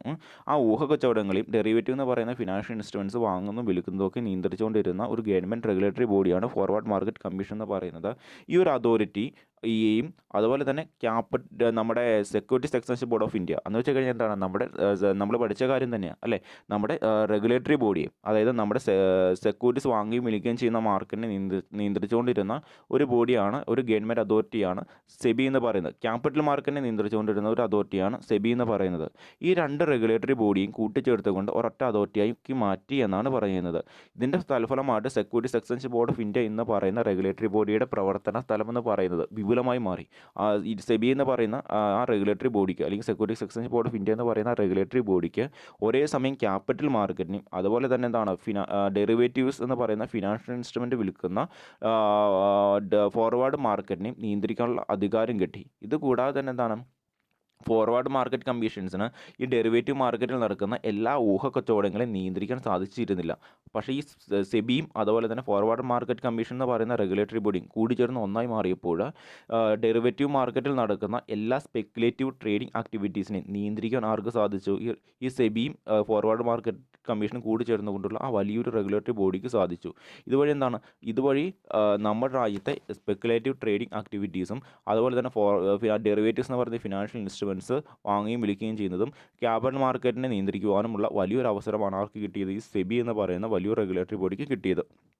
ഇത് ഫിനാൻഷ്യൽ സിസ്റ്റത്തിൽ ഉണ്ടായേക്കുന്ന വലിയൊരു മാറ്റമായിട്ടാണ് കരുതപ്പെടുന്നത്. ഇനി പറയുന്ന മറ്റൊരു മാറ്റമാണ് അടുത്ത മാറ്റം എന്ന് പറയുന്നത് മുദ്ര എന്ന് പറയുന്ന ഒരു ഏജൻസിയുടെ ഡെവലപ്മെൻറ്റ്സ് ആണ് നമ്മുടെ ഫിനാൻഷ്യൽ സിസ്റ്റത്തിൽ ഉണ്ടായിരിക്കുന്ന അടുത്തൊരു മാറ്റം എന്ന് പറയുന്നത്. എസ്റ്റാബ്ലിഷ്മെൻറ്റ് ഓഫ് മുദ്ര എന്ന് പറയുന്ന ഏജൻസി. മുദ്ര എന്ന് പറയുന്ന ഏജൻസിയുടെ ഫുൾ ഫോമാണ് micro unit development and refinance agency എന്ന് പറയുന്നത്. ഇത് എന്തിനു വേണ്ടിയെന്ന് വെച്ച് കഴിഞ്ഞാൽ ചെറുകിട ബിസിനസ് സംരംഭങ്ങൾ ആരംഭിക്കുവാനും ചെറുകിട ബിസിനസ് സംരംഭങ്ങളുടെ വികസനത്തിനുമായിട്ട് നമ്മുടെ രാജ്യത്ത് മുദ്ര എന്ന് പറയുന്ന പേരിൽ ഒരു ഏജൻസി ആരംഭിച്ചു.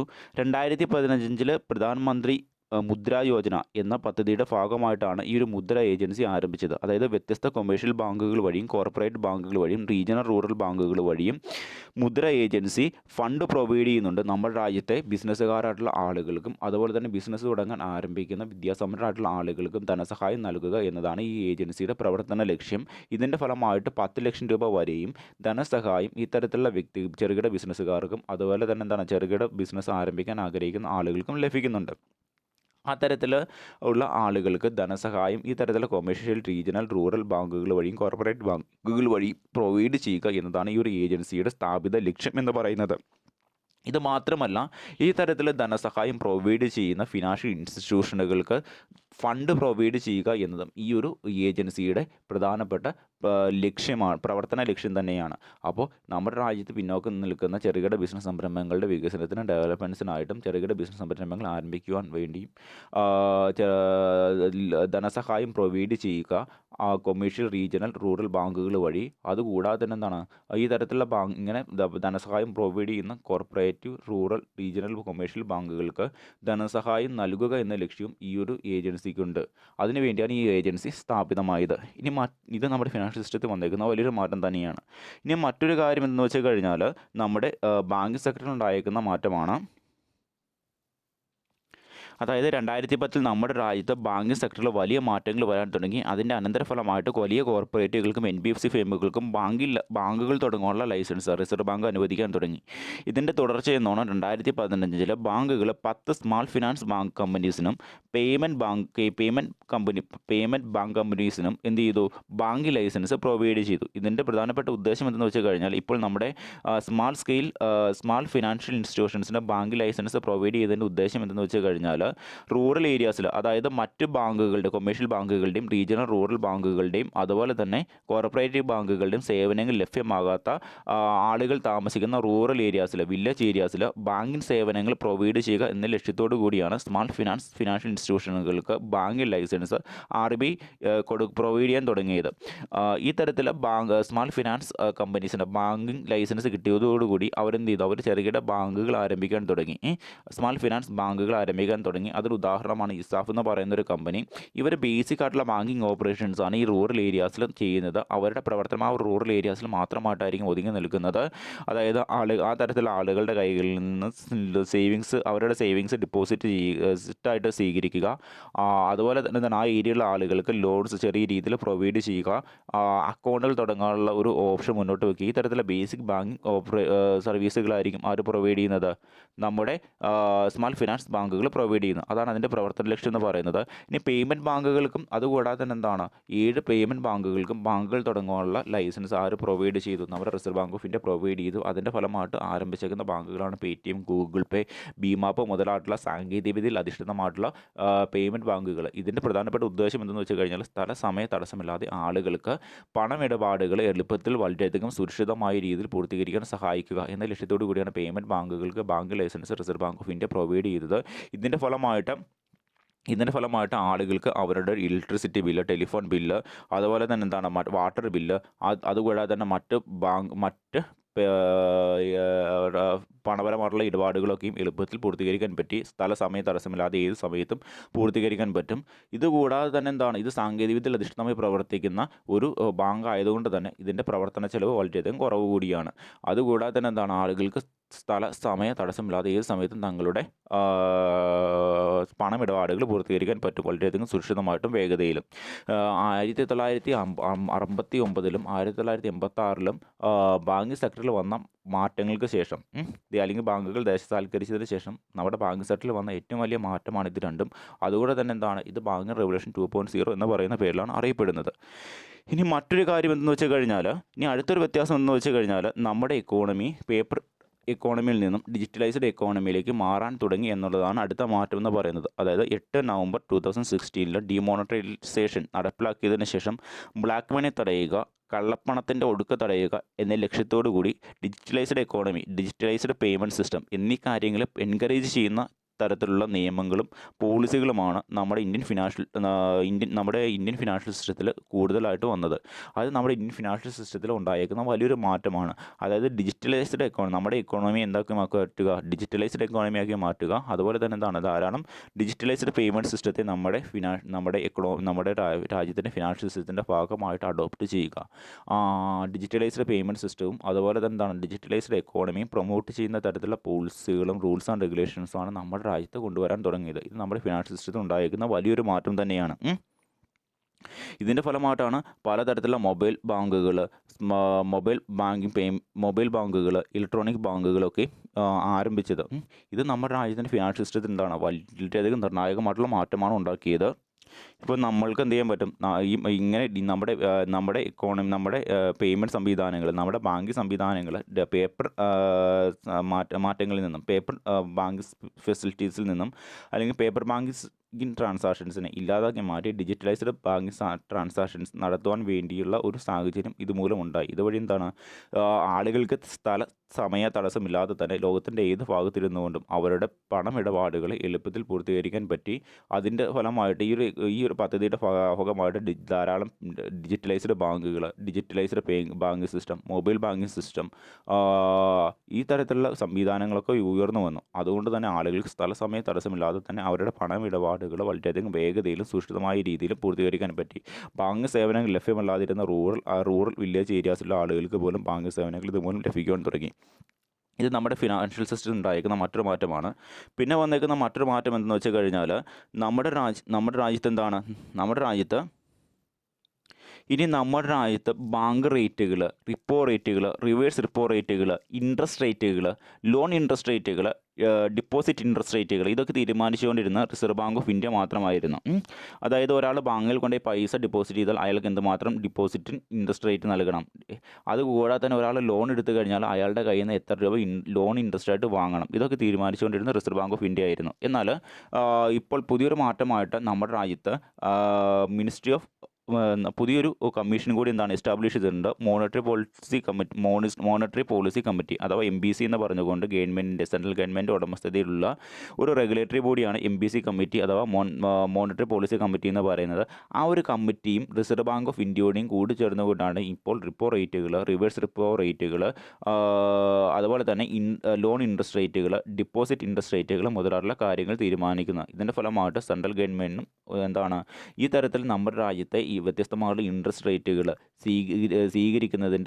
സ്വീകരിക്കുന്നതിൻ്റെ ഉത്തരവാദിത്തം ആർക്കുണ്ട്? സെൻട്രൽ ഗവൺമെൻറ്റിന് കൂടിയുണ്ട്. അതുകൊണ്ട് തന്നെ നമ്മുടെ രാജ്യത്തെ ആളുകളുടെ സാമൂഹിക വികസനം കണക്കിലെടുത്തുകൊണ്ട് മാത്രമേ എന്ത് ചെയ്യുന്നുള്ളൂ, ഈ തരത്തിലുള്ള റേറ്റുകൾ തീരുമാനിക്കുന്നുള്ളൂ. അത് നമ്മുടെ ഫിനാൻഷ്യൽ സിസ്റ്റത്തിൽ വന്നേക്കുന്നൊരു മാറ്റം തന്നെയാണ്. ഇത് കൂടാതെ തന്നെ നമ്മുടെ രാജ്യത്ത് നടപ്പിലാക്കിയിരിക്കുന്ന പുതിയൊരു ടാക്സ് സിസ്റ്റമാണ് GST എന്ന് പറയുന്നത്. 1 ജൂലൈ 2017 ഇത് നമ്മുടെ രാജ്യത്തെ ടാക്സ് സിസ്റ്റത്തിൽ വന്നേക്കുന്ന വലിയൊരു മാറ്റം തന്നെയാണ്. ഈ ഒരു GST എന്ന് പറയുന്ന ടാക്സ് സിസ്റ്റത്തിൻ്റെ കടന്നുവരവോടുകൂടി നമ്മുടെ പഴയ ടാക്സ് സിസ്റ്റത്തിൽ ഉണ്ടായിരുന്ന കുറവുകളെയൊക്കെയും എടുത്ത് മാറ്റി പുതിയൊരു എഫിഷ്യൻ്റ് ആയിട്ടുള്ള ടാക്സ് സിസ്റ്റം നമ്മുടെ രാജ്യത്ത് ഡെവലപ്പ് ചെയ്യുന്നതിന് ഇതുമൂലം സാധിച്ചു. തൽഫലമായിട്ട് ഗവൺമെൻറ് നല്ല രീതിയിൽ ടാക്സ് റവന്യൂസ് എളുപ്പത്തിൽ കളക്ട് ചെയ്യുവാനും ടാക്സ് പേയേഴ്സിന് അവരുടെ ടാക്സ് എമൗണ്ട് എളുപ്പത്തിൽ ഗവൺമെൻറ്റിലേക്ക് ഫയൽ ചെയ്യുവാനും സാധിച്ചു. ഇത് നമ്മുടെ ഫിനാൻഷ്യൽ സിസ്റ്റത്തിൽ ഉണ്ടായേക്കുന്ന വലിയൊരു മാറ്റം തന്നെയാണ്. ഇത്രയുമാണ് ഫിനാൻഷ്യൽ സിസ്റ്റത്തിൽ ഇന്ത്യൻ ഫിനാൻഷ്യൽ സിസ്റ്റത്തിൽ ഉണ്ടായേക്കുന്ന പ്രധാനപ്പെട്ട മാറ്റങ്ങൾ എന്ന് പറയുന്നത്. അപ്പോൾ നിങ്ങൾ പറഞ്ഞേക്കുന്ന ടോപ്പിക്കുകൾ എവിടെയെങ്കിലും സംശയമുണ്ടെങ്കിൽ ക്ലിയർ ആയിട്ട് ചോദിക്കുക. Thank you. ഓക്കെ.